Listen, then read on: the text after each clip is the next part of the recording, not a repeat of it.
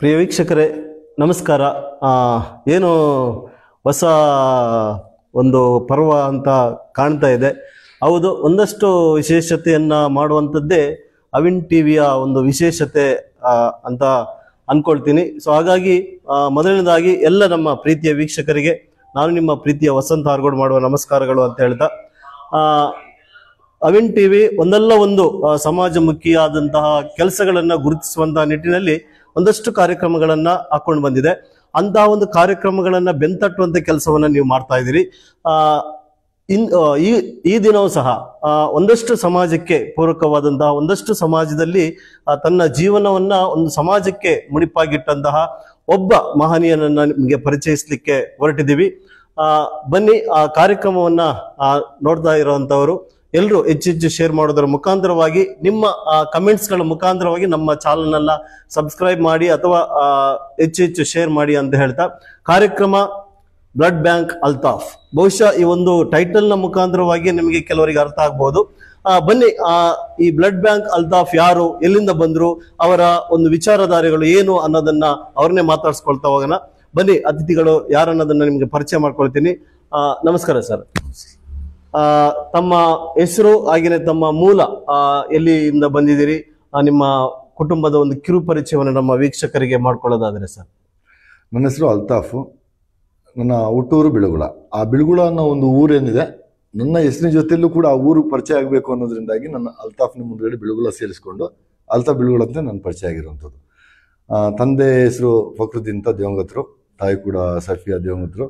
ಮದುವೆ ಆಗಿದೆ, ಇಬ್ಬರು ಮಕ್ಕಳಿದ್ದಾರೆ. ಮಗಳಿಗೂ ಮದುವೆ ಆಗಿದೆ. ಮಗ ಕೂಡ ನನ್ನ ಜೊತೆ ಏನು ಈ ರಕ್ತದ ಒಂದು ಎಲ್ಲ ಕಾರ್ಯಕ್ರಮ ನನ್ನ ಜೊತೆಲಿ ಭಾಗವಹಿಸ್ತಾ ಅವನಿಗೂ ಒಂದು ರಕ್ತದ ಆಸಕ್ತಿ ಬಂತೇನೋ, ಅವನು ಕೂಡ ಲ್ಯಾಬ್ ಟೆಕ್ನಿಷಿಯನ್ ಆಗಿದ್ದಾನೆ. ಈಗ ಕೆಲಸ ಅದೇ ಬ್ಲಡ್ ಬ್ಯಾಂಕಲ್ಲಿ ಕೆಲಸ ಕೂಡ ಮಾಡ್ತಾ ಇದ್ದಾನೆ ಈಗ. ಇದು ಇಷ್ಟು ನನ್ನ ಸಣ್ಣ ಪರಿಚಯ. ನಿಮ್ಮ ದಿನನಿತ್ಯ ಜೀವನಕ್ಕೆ ಏನ್ ಕೆಲಸ ಮಾಡ್ಕೊಂಡಿದ್ದೀರಿ ಸರ್? ನಂದು ಗಾರೆ ಕೆಲಸ. ನಂದು ಅಂತ ಹೇಳಿದ್ರೆ ನನ್ನ ಅಜ್ಜನ ಕಾಲದಿಂದಲೂ ಕೂಡ, ಅಜ್ಜನು ಕೂಡ ಅದೇ, ಅಪ್ಪನು ಕೂಡ ಅದೇ, ನಾನು ಕೂಡ ಅದೇ ವಂಶ ಪಾರಂಪರ್ಯವಾಗಿ ಆ ಕೆಲಸವನ್ನು ಮಾಡ್ಕೊಂಡು ಬಂದಿದ್ದೀವಿ. ಅದು ನನ್ನ ಇಲ್ಲಿಗೆ ನಾನು ಕೊನೆ ಮಾಡಿದ್ದೀನಿ. ಮುಂದಕ್ಕೆ ನನ್ನ ಮಗ ಈಗ ಬ್ಲಡ್ ಬ್ಯಾಂಕ್ ನಲ್ಲಿ ವರ್ಕ್ ಮಾಡ್ತಿರೋದ್ರಿಂದ ಇಲ್ಲಿ ಕೊನೆ ಆಗ್ಬೋದು ಅನ್ಕೊಂತೀನಿ. ನಿಮ್ಮ ಎಜುಕೇಶನ್ ಎಲ್ಲಿ ತನಕ ಆಗಿದೆ? SSLC ವರೆಗೂ ಓದಿದ್ದೀನಿ. ಮುಂದೆ ಯಾಕೆ ಓದ್ಲಿಲ್ಲ? ಇಲ್ಲ ಸರ್, ಆಗ ಓದಕ್ಕೆ ಇಂಟ್ರೆಸ್ಟೇ ಇರ್ಲಿಲ್ಲ ಅನ್ಸುತ್ತೆ ನನಗೆ. ಹಾಗಾಗಿ ಓದ್ಸಕ್ಕಿದ್ರು, ನನಗೆ ಆ ಒಂದು ಆಸಕ್ತಿ ಇರ್ಲಿಲ್ಲ. ಓದಿನ ಕಡೆಗೆ ಆಸಕ್ತಿ ಕಡಿಮೆ ಇರೋದ್ರಿಂದ ನೀವು ಕೆಲಸದಲ್ಲಿ ಮುಂದೆ ಸರ್. ನಿಮ್ಮ ಇಷ್ಟು ಕಿರು ಪರಿಚಯ. ಈ ಒಂದು ಕಾರ್ಯಕ್ರಮದ ಒಂದು ವಿಶೇಷತೆಗೆ ಅನುಗುಣವಾಗಿ ಕೇಳೋದಾದ್ರೆ, ನೀವು ಒಂದು ಟ್ರಸ್ಟ್ ಅನ್ನ ಕಟ್ಟಿದ್ರಿ ಅಂತೇಳಿ ಕೇಳ್ಪಟ್ಟೆ. ಪೀಸ್ ಅಂಡ್ ಅವೇರ್ನೆಸ್ ಟ್ರಸ್ಟ್ ನ ಮುಖಾಂತರವಾಗಿ, ಆ ಒಂದು ಟ್ರಸ್ಟ್ ನ ಮುಖಾಂತರವಾಗಿ ಬಹಳಷ್ಟು ಕೆಲಸಗಳನ್ನ ಮಾಡ್ಕೊಂಡು ಬಂದ್ರಿ ಸಮಾಜಕ್ಕೆ ಪೂರಕವಾಗಿ. ಆ ಟ್ರಸ್ಟ್ ನ ಸ್ಥಾಪನೆ ಮಾಡ್ಲಿಕ್ಕೆ ಕಾರಣ ಏನು ಸರ್? ಮತ್ತೆ ಆ ಟ್ರಸ್ಟ್ ಯಾಕಾಗಿ ಅಧಿಕೃತವಾಗಿ ಜಾರಿಗೆ ಬಂತು ಅನ್ನುವಂಥದ್ದು, ಆ ಟ್ರಸ್ಟ್ ನ ಮುಖಾಂತರವಾಗಿ ಯಾವೆಲ್ಲ ಕೆಲಸಗಳು ನಡೀತಾ ಇದ್ದಾವೆ ಸರ್? ಸರ್, 2012ರಲ್ಲಿ ನನ್ನೊಬ್ಬ ಸ್ನೇಹಿತ ಇದ್ದ, ಇಬ್ರಾಹಿಂ ಅಂತ, ನನ್ನ ಬಾಲ್ಯ ಸ್ನೇಹಿತ. ಅವನಿಗೆ ಒಂದು ಬ್ಲಡ್ ಕ್ಯಾನ್ಸರ್ ಆಗಿತ್ತು. ಆ ಸಮಯದಲ್ಲಿ ಏನಾಯ್ತು ಅಂತ ಹೇಳಿದ್ರೆ, ಒಂದಿಷ್ಟು ಮಂಗಳೂರು ಆಚೆ ಈಚೆ ಎಲ್ಲ ಸುತ್ತಾಡಿದ್ರು. ತುಂಬಾ ಬ್ಲಡ್ಡಿನ ಅವಶ್ಯಕತೆ ಇತ್ತು ನಮಗೆ. ಆಗ ಬ್ಲಡ್ಡಿನ ಏನು ರಕ್ತದಾನ ಮಾಡಬೇಕು ಅನ್ನೋಂಥದ್ದು ಅಥವಾ ಈ ಬ್ಲಡ್ ಬಗ್ಗೆ ಅಷ್ಟೇನು ನಮಗೆ ಗೊತ್ತಿರಲಿಲ್ಲ, ಏನು ಅದ್ರ ಬಗ್ಗೆ ಮಾಹಿತಿನೂ ಕೂಡ ಇರಲಿಲ್ಲ. ಯಾವಾಗ ನಾವು ಕೂಡ ಸೋಷಿಯಲ್ ಮೀಡಿಯಾದಲ್ಲಿ ಆಗ್ತಾನೆ ಎಂಟ್ರಿ ಆದವರು. ಅವಾಗ ಬ್ಲಡ್ ಬೇಕು ಅಂದಾಗ ನಾವೇನ್ ಮಾಡ್ತೀವಿ ಅಂತ ಹೇಳಿದ್ರೆ ಎಲ್ಲರಿಗೂ ಮೆಸೇಜ್ ಮಾಡ್ಲಿಕ್ಕೆ ಸ್ಟಾರ್ಟ್ ಮಾಡಿದ್ವಿ. ಮಂಗಳೂರಿಗೆ ಬೇಕಾಗಿತ್ತು, ಬೆಂಗಳೂರಿಗೆ ಬೇಕಾಗಿತ್ತು, ಮೆಸೇಜ್ ಮಾಡ್ಲಿಕ್ಕೆ ಸ್ಟಾರ್ಟ್ ಮಾಡಿದ್ವಿ. ಅಲ್ಲೇನೋ ಅಂತ ರೆಸ್ಪಾನ್ಸ್ ಸಿಗ್ಲಿಲ್ಲ. ಯಾವಾಗ ಕೊನೆಯಲ್ಲಿ ಅವನು ಎಲ್ಲಾ ಕಡೆಯಲ್ಲೂ ಕೂಡ ಆಗದೆ, ಚಿಕಿತ್ಸೆ ಫಲಿಕಾರ ಆಗದೆ, ಒಂದು ಕೊನೆ ಹಂತದಲ್ಲಿ ಚಿಕ್ಕಮಗಳೂರಿನ ಸರ್ಕಾರಿ ಆಸ್ಪತ್ರೆಗೆ ದಾಖಲಿಸಿದಾಗ ಬ್ಲಡ್ ಬೇಕಿತ್ತು. ಅವಾಗ ನಾನೊಂದು ನನ್ನ ಫೇಸ್ಬುಕ್ ಐಡಿಯಲ್ಲಿ ಒಂದು ಮೆಸೇಜ್ ಹಾಕಿದ್ದೆ, ನನ್ನ ಫ್ರೆಂಡ್ ಒಬ್ಬ ಇದ್ದಾರೆ, ಅವರಿಗೆ ಬ್ಲಡ್ ಕೊಡಿ ಅಂತ, ಯಾರ ಇದ್ರಿ ಬ್ಲಡ್ ಡೊನೇಟ್ ಮಾಡಿ ಅಂತ. ಆಗ ಚಿಕ್ಕಮಗಳೂರಿಂದ ಅಫ್ಜಲ್ ಅಂತ ಮತ್ತೊಬ್ಬ ಫಯಾಜ್ ಅಂತ ಇಬ್ರು ಹೋಗಿ ಬ್ಲಡ್ ಡೊನೇಟ್ ಮಾಡಿ ಅವರ ಫೋಟೋ ನನಗೆ ಕಳಿಸಿದ್ರು. ಅದನ್ನ ನಾನು ಶೇರ್ ಮಾಡಿದ್ದೆ. ಆ ನಂತರ ನಾನು ಮತ್ತು ಇನ್ನೊಂದು ನನ್ನ ಕೆಲವೊಂದು ಸ್ನೇಹಿತರು ಹೋಗ್ಬಿಟ್ಟು ಅವನಿಗೆ ಬ್ಲಡ್ ಎಲ್ಲ ಕೊಟ್ಟು ಬಂದ್ವಿ. ಆಗ ನನಗೆ ಅನ್ಸಿದ್ದು, ಆ ಒಂದು ಮೆಸೇಜ್ ನನಗೆ ಅನ್ಸಿದ್ದು, ಒಂದು ಮೆಸೇಜ್ ಮಾಡಿದಾಗ ಯಾರೋ ಒಂದಿಬ್ರು ಹೋಗಿ ಬ್ಲಡ್ ಕೊಟ್ಟು ಬಂದ್ರು ಅಂತಂದಾಗ, ಇನ್ನು ಯಾರಿಗೂ ಒಬ್ಬರಿಗೆ ಈ ತರ ಬ್ಲಡ್ ಅಥವಾ ಇನ್ನೇನು ಅವಶ್ಯಕತೆ ಇದ್ದಾಗ ಈ ರೀತಿ ಮೆಸೇಜ್ಗಳು ಕೆಲಸ ಮಾಡ್ಬೋದೇನೋ ಅಂತ. ಅವಾಗ ನಾನೊಂದು ಫೇಸ್ಬುಕ್ ಅಲ್ಲಿ ಒಂದು ಪೋಸ್ಟ್ ಹಾಕಿದ್ದೆ, ಚಿಕ್ಕಮಗಳೂರು ಜಿಲ್ಲೆಯಲ್ಲಿ ಯಾರಿಗಾದ್ರು ಬ್ಲಡ್ಡಿನ ಅವಶ್ಯಕತೆ ಇದೆ, ರಕ್ತದ ಅವಶ್ಯಕತೆ ಇದೆ, ನನಗೆ ಸಂಪರ್ಕ ಮಾಡಿ ಅಂತ. ಆಗ ಒಂದು 2-3 ಜನ ಹೀಗೆ ಬಂತು. ನಾನು ಅದನ್ನ ಫೇಸ್ಬುಕ್ ಅಲ್ಲೇ ಪೋಸ್ಟ್ ಮಾಡಿದ್ದೆ. ಆಗ ಇನ್ಯಾರೋ ಒಂದಿಬ್ರು ಕೊಟ್ಟು ಹೋಗಿದ್ರು. ಅವಾಗ ನನಗೊಂದು ಆಸಕ್ತಿ ಬಂತು, ಇದನ್ನ ಯಾಕೆ ನಾವೊಂದು ಸಂಸ್ಥೆನೆ ಹುಟ್ಟಾಕಿ ಇದನ್ನ ಯಾಕೆ ನಾವು ಮುಂದುವರಿಸಬಹುದು ಅಂತ ಯೋಚನೆ ಮಾಡಿದ್ವಿ. ಅವಾಗ ನಾನು 2014 ಡಿಸೆಂಬರ್ ಅಲ್ಲಿ ನಾವು ಏನ್ ಮಾಡಿದ್ವಿ ಅಂತ ಹೇಳಿದ್ರೆ ಪೀಸ್ ಅಂಡ್ ಅವೇರ್ನೆಸ್ ಟ್ರಸ್ಟ್ ಅಂತ ನನ್ನ ಒಂದು ಸಮಾನ ಮನಸ್ಸಿನ ಸ್ನೇಹಿತನ ಸೇರಿಸ್ಕೊಂಡು ಒಂದು ಸಂಸ್ಥೆಯನ್ನು ಪ್ರಾರಂಭ ಮಾಡಿದ್ವಿ. ಅದೀಗ ಪೀಸ್ ಅಂಡ್ ಅವೇರ್ನೆಸ್ ಟ್ರಸ್ಟ್, ಆ ಪೀಸ್ ಅಂಡ್ ಅವೇರ್ನೆಸ್ ಆ ಒಂದು ಹೆಸರನ್ನ ಇದೇ ಹೆಸರು ಇಡಬೇಕು ಅಂತ ಅನ್ಸಿದ್ದು ಯಾಕೆ? ಯಾಕೆಂತ ಹೇಳಿದ್ರೆ ನಾವು ಶಾಂತಿ ಕೂಡ ಇರಬೇಕು ನಮಗೆ, ಸಮಾಜದಲ್ಲಿ ಶಾಂತಿ ಇರಬೇಕು ಅನ್ನುವಂಥದ್ದು ಒಂದು, ಮತ್ತು ಒಂದಿಷ್ಟು ಜಾಗೃತಿಯನ್ನು ಕೂಡ ಮೂಡಿಸಬೇಕು. ಅದು ರಕ್ತಕ್ಕೆ ಅಂತೇಳಿ ಮಾಡಿದ್ವಿ, ಮತ್ತು ಬೇರೆ ಬೇರೆ ವಿಷಯ ಕೂಡ ನಾವು ಇನ್ನೇನು ಮಾಡಬೇಕು, ನಮಗೆ ಸಂಘಟನಾತ್ಮಕವಾಗಿ ಸಮಾಜವನ್ನ ಜಾಗೃತಿಗೊಳಿಸಬೇಕು ಅನ್ನೋ ಉದ್ದೇಶದಿಂದಾಗಿ ಪೀಸ್ ಅಂಡ್ ಅವೇರ್ನೆಸ್ ಈ ಎರಡನ್ನ ನಾವು ಸೆಲೆಕ್ಟ್ ಮಾಡ್ಕೊಂಡ್ವಿ. ಅದರ ಸ್ಥಾಪಕ ಅಧ್ಯಕ್ಷರು ತಾವೇ. ಈಗ ಅದರ ಒಂದು ಸದಸ್ಯತ್ವ ಜೊತೆಗೆ ಎಷ್ಟು ಜನ ಆ ಒಂದು ಸಂಘಟನೆ ಇದ್ದೀರಿ ಸರ್? ಸರ್ ಈಗ ನಮ್ಮ 30ರಷ್ಟು ಸದಸ್ಯರಿದ್ದಾರೆ. ಚಿಕ್ಕಮಗಳೂರು ಜಿಲ್ಲೆಯಲ್ಲಿದ್ದಾರೆ, ಮತ್ತು ಹಾಸನದಲ್ಲಿದ್ದಾರೆ, ಬೆಂಗಳೂರಿನಲ್ಲಿದ್ದಾರೆ, ಮಂಗಳೂರಿನಲ್ಲೂ ಇದ್ದಾರೆ. ಎಲ್ಲ ಯೂತ್ಸ್ ಎಲ್ಲ ಯೂತ್ಸ್ ಇದ್ದಾರೆ ಸರ್, ಎಲ್ಲ ಯೂತ್ಸ್ ಇದ್ದಾರೆ. ಮತ್ತು ರೆಗ್ಯುಲರ್ ಆಗಿ ಅವರು ಯಾರಿದ್ದಾರೆ ನಮ್ಮ ಜೊತೆಲಿ ಅವ್ರು 3 ತಿಂಗಳು ಒಂದ್ಸತಿ ಬ್ಲಡ್ ಡೊನೇಷನ್ ಮಾಡುವವರೇ ಇದ್ದಾರೆ ನಮ್ಮ ಹತ್ರ. ಕೆಲವೊಂದು ಕಾರಣಾಂತರದಿಂದ ಅಥವಾ ಅನಾರೋಗ್ಯ ಸಮಸ್ಯೆಯಿಂದ ಏನಾದ್ರೂ ಎಲ್ಲ ಕಡೆಗಳಲ್ಲಿ ಇದೆ. ಬಹುಶಃ ಅದನ್ನ ಎಲ್ಲ ಕೆಲವೊಂದು ಕಡೆ ಬ್ರಾಂಚಸ್ ಗಳಿದಾವೆ ಅಂತ ಕೇಳ್ಪಟ್ಟೆ. ನಿಜ? ಹೌದು, ಬೆಂಗಳೂರಿನಲ್ಲೂ ಬ್ರಾಂಚಸ್ ಮಾಡಿದ್ವಿ, ಹಾಸನದಲ್ಲೂ ಕೂಡ ಮಾಡಿದ್ವಿ, ಚಿಕ್ಕಮಗಳೂರು ಜಿಲ್ಲೆಯಲ್ಲೂ. ಅಂದ್ರೆ ಮೇನ್ ಬ್ರಾಂಚ್ ಇಂದ ನೀವು ಒಂದು ಶಾಖೆಯಾಗಿ ಓಪನ್ ಮಾಡಿದ್ರು ಅಥವಾ ನಿಮ್ದೇ ನಮ್ಮ ಅಂಡರ್ನಲ್ಲೇ? ಅಂದ್ರೆ ಸ್ಟಾರ್ಟಿಂಗ್ ಮಾಡಿದ್ದೆ ನೀವು, ಈ ನೆಕ್ಸ್ಟ್ ನಿಮ್ಮ ಅಂಡರ್ ಇಲ್ಲಿ ಬರುವಂತೆ ವಿವಿಧ ಬೇರೆ ಬೇರೆ ಊರಲ್ಲಿ ಸಂಘಟನೆ ಮಾಡ್ತಾ ಇದ್ದೀರಿ. ಪೀಸ್ ಅಂಡ್ ಅವೇರ್ನೆಸ್ ಟ್ರಸ್ಟ್ ನಾವು ಅದಕ್ಕೋಸ್ಕರ ಸ್ಟಾರ್ಟ್ ಮಾಡಿದ್ರು. ಆನಂತರ ಅದರ ಅಂತರದಲ್ಲಿ ಸಾಹಿತ್ಯಕ್ಕೋಸ್ಕರ ಸುವಿಚಾರ ವೇದಿಕೆಯನ್ನು ಸ್ಥಾಪನೆ ಮಾಡಿದ್ವಿ. ಅದರೊಳಗೆ ಅಂದರ್ನಲ್ಲಿ ಸಾಹಿತ್ಯಕ್ಕೋಸ್ಕರ ಸುವಿಚಾರ ವೇದಿಕೆ ಮಾಡಿದ್ವಿ. ಮತ್ತೆ ಒಂದಿಷ್ಟು ಬಡ ಹೆಣ್ಮಕ್ಳ ಮದುವೆಗೆ ಖರ್ಚಿಗೆ ಮಾಡ್ಲಿಕ್ಕೆ, ಅಥವಾ ಯಾರೋ ರೋಗಿಗಳಿಗೆ ಏನಾದ್ರು ಫೈನಾನ್ಷಿಯಲಿ ಸಪೋರ್ಟ್ ಅಥವಾ ಇನ್ನೇನಾದ್ರೂ ಬೇಕು ಅಂತ ಅದಕ್ಕೋಸ್ಕರ ಸಹಾಯಸ್ತ ವೇದಿಕೆ ಅಂತ ಕೂಡ ನಾವು ಪ್ರಾರಂಭ. ಇದು ಅಂಡರ್ನಲ್ಲೇ ಸುವಿಚಾರ ಸಾಹಿತ್ಯ ವೇದಿಕೆ ಮತ್ತು ಸಹಾಯಸ್ತ ವೇದಿಕೆ ಅನ್ನೋದು ಇದ್ರ ಅಂಡರ್ನಲ್ಲಿ ಕೂಡ ವರ್ಕ್ ಆಗ್ತಾ ಇದೆ. ಈ ಒಂದು ಸಂಘಟನೆ ಮುಖಾಂತರವಾಗಿ ಸಮಾಜಕ್ಕೆ ಪೂರಕವಾಗುವಂಥದ್ದು, ಸಮಾಜಕ್ಕೆ ಒಳಿತಾಗುವಂಥದ್ದು, ಆಗಿನ ಒಂದು ಯುವ ಸಮಾಜವನ್ನ ಜಾಗೃತಗೊಳಿಸುವಂತಹ ಕೆಲಸ ಕಾರ್ಯಗಳನ್ನ ಏನೆಲ್ಲ ಹಾಕೊಂಡಿದ್ದೀರಿ ಸರ್? ಸರ್ ನಾವು ಶಿಕ್ಷಣದ ಬಗ್ಗೆಯಲ್ಲಿ ಜಾಗೃತಗೊಳಿಸಬೇಕು ಅನ್ನೋದು, ಈ ಸಮಾಜಕ್ಕೆ ಶಿಕ್ಷಣ ಅಗತ್ಯವಾಗಿ ಬೇಕು. ಶಿಕ್ಷಣ ಬಗ್ಗೆಯಲ್ಲಿ ಜಾಗೃತಗೊಳಿಸುವಂಥದ್ದು, ಹೆಚ್ಚಾಗಿ ರಕ್ತದಾನದ್ದು. ಯಾಕೆಂತ ಹೇಳಿದ್ರೆ ಈ ರಕ್ತದಾನದ್ದು ನಾನು ಹೇಳಿದ ಹಾಗೆ ಮೊದ್ಲೇ ನಮಗೆ ಗೊತ್ತಿರ್ಲಿಲ್ಲ, ರಕ್ತದಾನದ ಬಗ್ಗೆ ನಮಗೆ ಗೊತ್ತಿರ್ಲಿಲ್ಲ.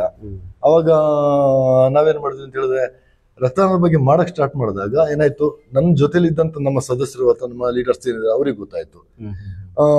ಅದಾದ ನಂತರ ಮೂಡಿಗೆರೆಯಲ್ಲಿ ಒಂದಿಷ್ಟು ರಕ್ತದ ಬಗ್ಗೆ ಪರಿಚಯ ಮಾಡಿದೆ. ಆ ನಂತರ ಚಿಕ್ಕಮಗಳೂರು ಡಿಸ್ಟಿಕ್. ಈಗ ಏನಾಯ್ತು ಅಂತ ಹೇಳಿದ್ರೆ ರಕ್ತ ಬೇಕು ಅಂದಾಗ ನಾವು ಒಂದು ಮೆಸೇಜ್ ಮಾಡಿದ್ರು ಕೂಡ ಸ್ಪಂದಿಸುವಂತ ಒಂದು ಅಲ್ಲಿಗೆ ನಾವು ಅದೇ ಈ ಅವೇರ್ನೆಸ್ ಅಂತ ಹೇಳಿದ್ನಲ್ಲ ಆ ಮಟ್ಟಕ್ಕೆ ಮುಟ್ಟಿಸುವಲ್ಲಿ ಯಶಸ್ವಿಯಾಗಿದ್ವಿ. ಎಷ್ಟು ಕಾರ್ಯಕ್ರಮಗಳಾಗಿದ್ದಾವೆ ಸರ್? ಸರ್ 2014 ನಾವೇನು ಟ್ರಸ್ಟ್ ನ ಪ್ರಾರಂಭ ಮಾಡಿದ್ವಿ, ಇಲ್ಲಿವರೆಗೆ 90 ರಕ್ತದಾನ ಶಿಬಿರ ನಡೆಸಿದ್ವಿ. 90. ಇನ್ನೊಂದು 10 ಆದ್ರೆ ಶತಕ ಬಾರಿಸ್ತೀರಿ. ಒಳ್ಳೇದು ಸರ್. ಈ ಒಂದು ಸಂಘಟನೆ ಮುಖಾಂತರವಾಗಿ ನೋಡಿ ವೀಕ್ಷಕರೇ, ಇಂದಿನ ಸಮಾಜಕ್ಕೆ ಬೇಕಾಗುವಂಥದ್ದು ಅದೇ. ಯಾಕಂತ ಹೇಳಿದ್ರೆ ಎಲ್ಲೋ ಒಂದು ಕಡೆ ಯುವ ಸಮುದಾಯ ಅನ್ನುವಂಥದ್ದು ಯಾವುದೋ ಒಂದು ದುಶ್ಚಟಗಳಿಗೆ ಬಲಿಯಾಗ್ತಾ ಇದೆ ಅನ್ನೋ ಒಂದು ನಿಟ್ಟಿನಲ್ಲಿ ಅಂತ ಯುವ ಸಮುದಾಯವನ್ನ ತನ್ನತ್ತ ಸೆಳೆದುಕೊಂಡು ಒಂದಷ್ಟು ಅವರಿಂದಲೇ ಜಾಗೃತಿಯನ್ನ ಸಮಾಜಕ್ಕೆ ಕೊಡುವಂತ ಕೆಲಸವನ್ನ ಅಲ್ತಾಫ್ ಅವ್ರು ಮಾಡ್ತಾ ಇದ್ದಾರೆ. ಆ ಒಂದು ಪೀಸ್ ಅಂಡ್ ಅವೇರ್ನೆಸ್ ಟ್ರಸ್ಟ್ ನ ಮುಖಾಂತರವಾಗಿ ಬಹಳ ಒಳ್ಳೆಯ ಕೆಲಸನೇ. ಹಾಗೇನೆ ಇಡೀ ದಾನಗಳಲ್ಲಿ ಶ್ರೇಷ್ಠ ದಾನ ಅಂತ ಹೇಳಿದ್ರೆ ರಕ್ತದಾನ ಅಂತ ಹೇಳ್ತಾರೆ. ಬಹುಶಃ ಆ ಒಂದು ಪೀಸ್ ಅಂಡ್ ಅವೇರ್ನೆಸ್ ಟ್ರಸ್ಟ್ ಅನ್ನ ಹುಟ್ಟು ಹಾಕಿ ಅದರ ಮುಖಾಂತರವಾಗಿ ಅದೆಷ್ಟೋ ಜೀವಗಳಿಗೆ ರಕ್ತದಾನವನ್ನ ಮಾಡುವುದರ ಮುಖಾಂತರವಾಗಿ ಒಂದಷ್ಟು ಬದುಕನ್ನ ಕಟ್ಟಿಕೊಡುವಲ್ಲಿ ಇವರ ಒಂದು ಸಾಧನೆ ಬಹಳಷ್ಟಿದೆ. ಸೊ ಹಾಗಾಗಿ ಈಗಾಗಲೇ 90 ರಕ್ತದಾನ ಶಿಬಿರಗಳನ್ನ ಮಾಡಿದಿರಿ. ಕೇವಲ ಮೂಡಿಗೆರೆ ಮಾತ್ರ ಅಲ್ಲ, ಬೇರೆ ಬೇರೆ ಕಡೆ ಎಲ್ಲಾ ಕಡೆಗಳಲ್ಲೂ ರಕ್ತದಾನ ಶಿಬಿರಗಳನ್ನ ಮಾಡಿದಿರಿ. ಆ ರಕ್ತದಾನ ಶಿಬಿರಕ್ಕೆ ಆ ಒಂದು ವಿಚಾರಕ್ಕೆ ಬಂದಾಗ ರಕ್ತದಾನ ಶಿಬಿರವನ್ನ ಪ್ರಾರಂಭಿಸ್ಲಿಕ್ಕೆ ಹೇಗೆ ಯಾವ ಒಂದು ವೈದ್ಯರನ್ನೋ ಅಥವಾ ಯಾವ್ದಾದ್ರು ಒಂದು ಹಾಸ್ಪಿಟಲ್ ಅನ್ನೋ ಅಥವಾ ಒಂದು ಬ್ಲಡ್ ಬ್ಯಾಂಕ್ ನ ಯಾವ ರೀತಿಯಾಗಿ ಸಂಪರ್ಕ ಮಾಡ್ತೀರಿ, ಜೊತೆಗೆ ಯಾವ ರೀತಿಯ ಪ್ರೊಸೀಜರ್ ನಡೀತಿದೆ ಸರ್? ನಾವೀಗ ಒಂದು ರಕ್ತದಾನ ಶಿಬಿರ ಎಲ್ಲ ನಡೆಸಬೇಕು ಅಂತ ಪ್ಲಾನ್ ಮಾಡ್ಕೊಂತೀವಿ. ಒಂದು ಡೇಟ್ ಅನ್ನು ಫಿಕ್ಸ್ ಮಾಡಿದಾಗ ಹಾಲ್ ಅನ್ನು ರೆಡಿ ಮಾಡ್ಕೊಂಡ ನಂತರ ಚಿಕ್ಕಮಗಳೂರಿನಲ್ಲಿ 3 ಬ್ಲಡ್ ಬ್ಯಾಂಕ್ ಇದೆ. ಒಂದು ಸರ್ಕಾರಿ ರಕ್ತನಿಧಿ ಇದೆ, ಮತ್ತೊಂದು ಹೋಲಿ ಕ್ರಾಸ್ ಇದೆ, ಮತ್ತೊಂದು KRS ಬ್ಲಡ್ ಬ್ಯಾಂಕ್ ಇದೆ ಚಿಕ್ಕಮಗಳೂರಿನಲ್ಲಿ, ಮತ್ತು ಶೃಂಗೇರಿಲಿ ಒಂದಿದೆ. ಬಟ್ ತಾಲೂಕು ಹೆಡ್ ಕ್ವಾರ್ಟರ್ಸ್ ಅಲ್ಲೂ ಇದೆಯಾ? ಮೂಡಿಗೆರೆ ತಾಲೂಕು ಹೆಡ್ ಕ್ವಾರ್ಟರ್ಸ್ ರಕ್ತ ಬ್ಲಡ್ ಬ್ಯಾಂಕ್ ಅಂತ ಹೇಳಿದ್ರೆ ರಕ್ತ ಸ್ಟಾಕ್ ಮಾಡುವಂತ ವ್ಯವಸ್ಥೆ ಇದೆ, ಬಟ್ ಇಲ್ಲಿ ಬ್ಲಡ್ ಲೀಡಿಂಗ್ ಮಾಡುವಂತ ವ್ಯವಸ್ಥೆ ಇಲ್ಲ. ಅಂದ್ರೆ ರಕ್ತದ ವ್ಯವಸ್ಥೆ ಮೂಡಿಗೆರೆಯಲ್ಲಿ ಇಲ್ಲ. ಹಾಗಾಗಿ ನಾವು ಬೇಕಾದಾಗ ನಾವು ಈ 3 ಬ್ಲಡ್ ಬ್ಯಾಂಕಿನಲ್ಲಿ ಯಾವ ಬ್ಲಡ್ ಬ್ಯಾಂಕಿಗೆ ರಕ್ತದ ಅವಶ್ಯಕತೆ ಇದೆ ಅಂತ ನೋಡ್ಕೋತೀವಿ. ಯಾವ ಬ್ಲಡ್ ಬ್ಯಾಂಕ್ ನಲ್ಲಿ ರಕ್ತದ ಕಡಿಮೆ ಇದೆ ಅಂತ ನೋಡ್ಕೋತೀವಿ. ಆ ಬ್ಲಡ್ ಬ್ಯಾಂಕ್ ನ ಕರೆಸ್ಕೊಂಡು ಅವರಿಗೆ ನಾವು ಬ್ಲಡ್ ಡೊನೇಟ್ ಮಾಡ್ತೀವಿ. ಅವ್ರ ಕಡೆಯಿಂದ ಸಂಸ್ಥೆಗೆ ಏನಾದ್ರು ಧನ ಸಹಾಯನೋ ಅಥವಾ ಇನ್ನಿತರವಾದಂತಹ ಸಹಾಯವನ್ನ ಬಯಸ್ತೀರಾ? ಇಲ್ಲ ಇಲ್ಲ ಸರ್, ಇದುವರೆಗಿಲ್ಲ. ಯಾವತ್ತು ರಕ್ತದಾನ ಶಿಬಿರದಲ್ಲಿ ಆ ರೀತಿ ಯಾವ್ದು ವ್ಯವಸ್ಥೆ ಕೂಡ ನಮಗಿಲ್ಲ, ಯಾವ್ದು ಇಲ್ಲ. ಈಗ ಒಂದು ಬ್ಲಡ್ ಬ್ಯಾಂಕ್, ಒಂದು ಹಾಸ್ಪಿಟ್ಲಿಗೆ ನೀವು ಟೈ ಅಪ್ ಮಾಡಿ ಒಂದು ಬ್ಲಡ್ ಬ್ಯಾಂಕ್ ಶಿಬಿರವನ್ನು ನಡೆಸ್ತೀರಿ, ರಕ್ತದಾನ ಶಿಬಿರವನ್ನು ನಡೆಸ್ತೀರಿ. ಆ ಒಂದು ಬ್ಲಡ್ ಅನ್ನ ಅವರು ಸಮರ್ಪಕವಾಗಿ ಯುಟಿಲೈಸ್ ಮಾಡ್ತಾರೆ ಅನ್ನೋ ಒಂದು ಆಶಾಭಾವನೆ ನಿಮ್ಮಲ್ಲಿ? ಆ ಒಂದು ಆಶಾಭಾವನೆಯಲ್ಲೇ ನಾವು ಕೊಡ್ತೀವಿ. ಯಾಕೆಂದ್ರೆ ಪ್ರತಿಯೊಬ್ಬ ರಕ್ತದಾನ ಮಾಡುವಾಗಲೂ ಕೂಡ ಈ ನಾನು ಕೊಟ್ಟಂತ ಈ ಬ್ಲಡ್ ಏನಿದೆ, ಇದು ಯಾರೋ ಯಾರಿಗೆ ಅರ್ಹ ವ್ಯಕ್ತಿಗೆ ಹೋಗಿ ಮುಟ್ಟಬೇಕು ಅನ್ನೋಂಥದ್ದೇ ಉದ್ದೇಶನೂ ಕೊಡ್ತೇವೆ. ಆ ಉದ್ದೇಶದಿಂದಲೇ ನಾವು ಒಂದು ಕ್ಯಾಂಪ್ ಅನ್ನ ಮಾಡಿ ಎಲ್ಲರನ್ನ ಸೇರಿಸ್ಕೊಂಡು ಅಲ್ಲೊಂದು 30-40 ಜನ ಬ್ಲಡ್ ಅನ್ನು ಕೊಡಿಸ್ತೀವಿ. ಆ ಬ್ಲಡ್ ಅನ್ನ ಅವ್ರು ತಗೊಂಡೋಗಿ ಅವರು ಸಮರ್ಪಕವಾಗಿ ಬೇಕಾದ ಏನು ರೋಗಿಗಳಿಗೆ ಕೊಡ್ತಾರೆ ಅನ್ನೋ ಆಶಾಭಾವದಿಂದ ನಾವು ಕೊಡ್ತೀವಿ. ಆ ನಂತರ ಅಲ್ಲಿ ಒಳಗೆ ಏನಾಗ್ತದೆ ಅದು ನಮಗೆ ಗೊತ್ತಿರೋದಿಲ್ಲ.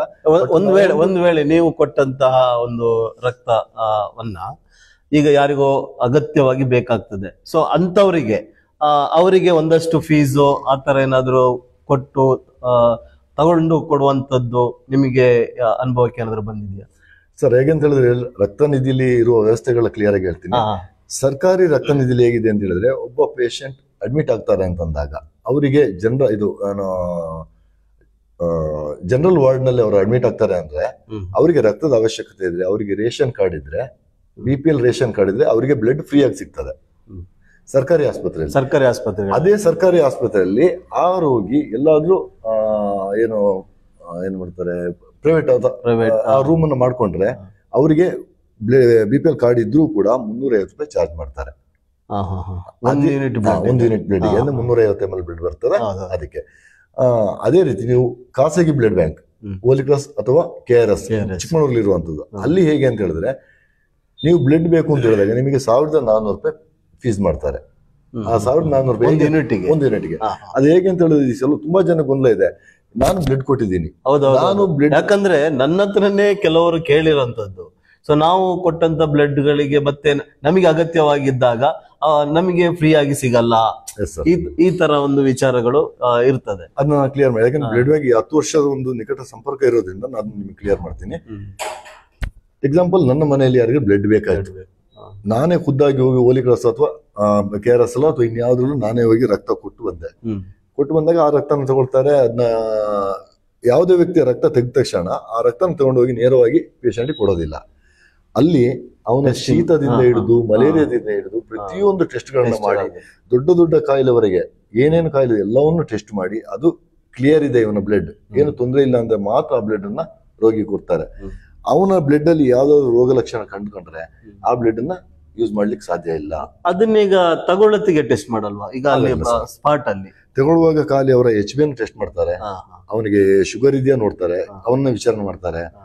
ರಾತ್ರಿ ನೀವು ಡ್ರಿಂಕ್ಸ್ ಮಾಡಿದ್ದೀರಾ ಕೇಳ್ತಾರೆ, ಅಥವಾ ರಾತ್ರಿ ನೀವು ಯಾವ್ದಾದ್ರು ಟ್ಯಾಬ್ಲೆಟ್ಸ್ ಅನ್ನು ತಗೊಂಡಿದ್ದೀರಾ ಕೇಳ್ತಾರೆ. ಅವ್ರನ್ನ ಕೇಳ್ಕೊಂಡು ಅವ್ರು ಓಕೆ ಅಂದಾಗ ಮಾತ್ರ ತಗೊಳ್ತಾರೆ. ಕೆಲವರಿಗೆ ಹೇಗೆ ಅಂತ ಹೇಳಿದ್ರೆ, ಸರ್ ನಮಗೆ ಆಗಿತ್ತು, ಒಂದೆರಡು ಅವರ ಹೆಸರುಗಳನ್ನೆಲ್ಲ ಬಹಿರಂಗ ಮಾಡೋದಿಲ್ಲ, ಇಬ್ಬರಿಗೆ ಬೇರೆ ಬೇರೆ ಕಾಯಿಲೆ ಇದ್ದಿದ್ದು ಅವರಿಗೆ ಬ್ಲಡ್ ಕೊಟ್ಟ ನಂತರ ಗೊತ್ತಾಗಿದ್ದು ಅವರಿಗೆ.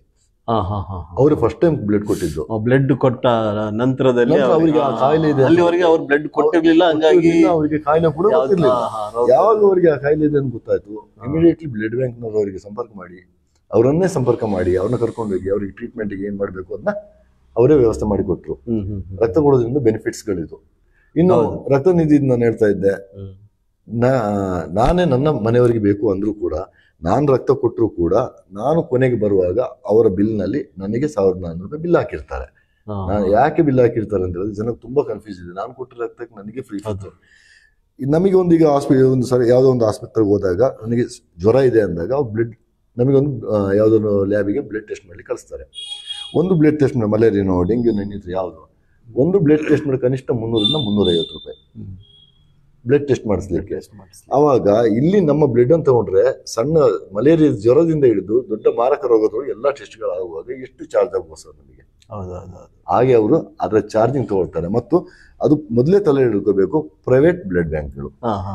ಅವರು ಈಗ ರಕ್ತ ತಗೊಂಡೋಗಿ ಅವರೆಲ್ಲ ಕ್ಯೂರಿಫೈ ಮಾಡಿಬಿಟ್ಟು ಅದನ್ನ ನೇರವಾಗಿ ರೋಗಿಗಳಿಗೆ ಫ್ರೀ ಕೊಡ್ಲಿಕ್ಕೆ ಅವ್ರು ಬ್ಲಡ್ ಬ್ಯಾಂಕ್ ಹೇಗೆ ನಡೆಸ್ಬೇಕು ಸರ್?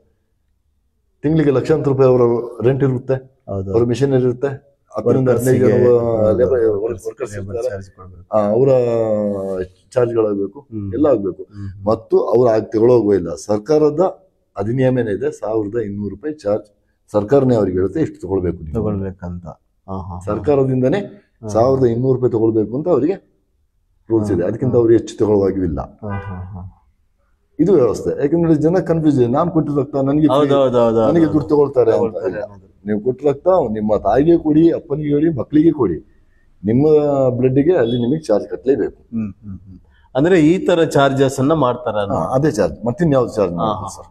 ಹೌದೊಂದು ವೀಕ್ಷಕರೇ ನೋಡಿ, ಅದಕ್ಕೆ ಕ್ಲಿಯರ್ ಆಗಿ ಹೇಳಿದ್ರು. ಬಹುಶಃ ನಾನು ಅಂದ್ಕೊಂಡಿದ್ದೆ, ನಾನು ಕೊಟ್ಟ ರಕ್ತ ಮತ್ತೆ ನನಗೆ ಬೇಕು ಅಂದಾಗ ನಾನು ಯಾಕೆ ಹಣವನ್ನು ಕೊಡಬೇಕು, ಚಾರ್ಜ್ ಅನ್ನು ಕೊಡಬೇಕು ಅನ್ನುವಂಥದ್ದು.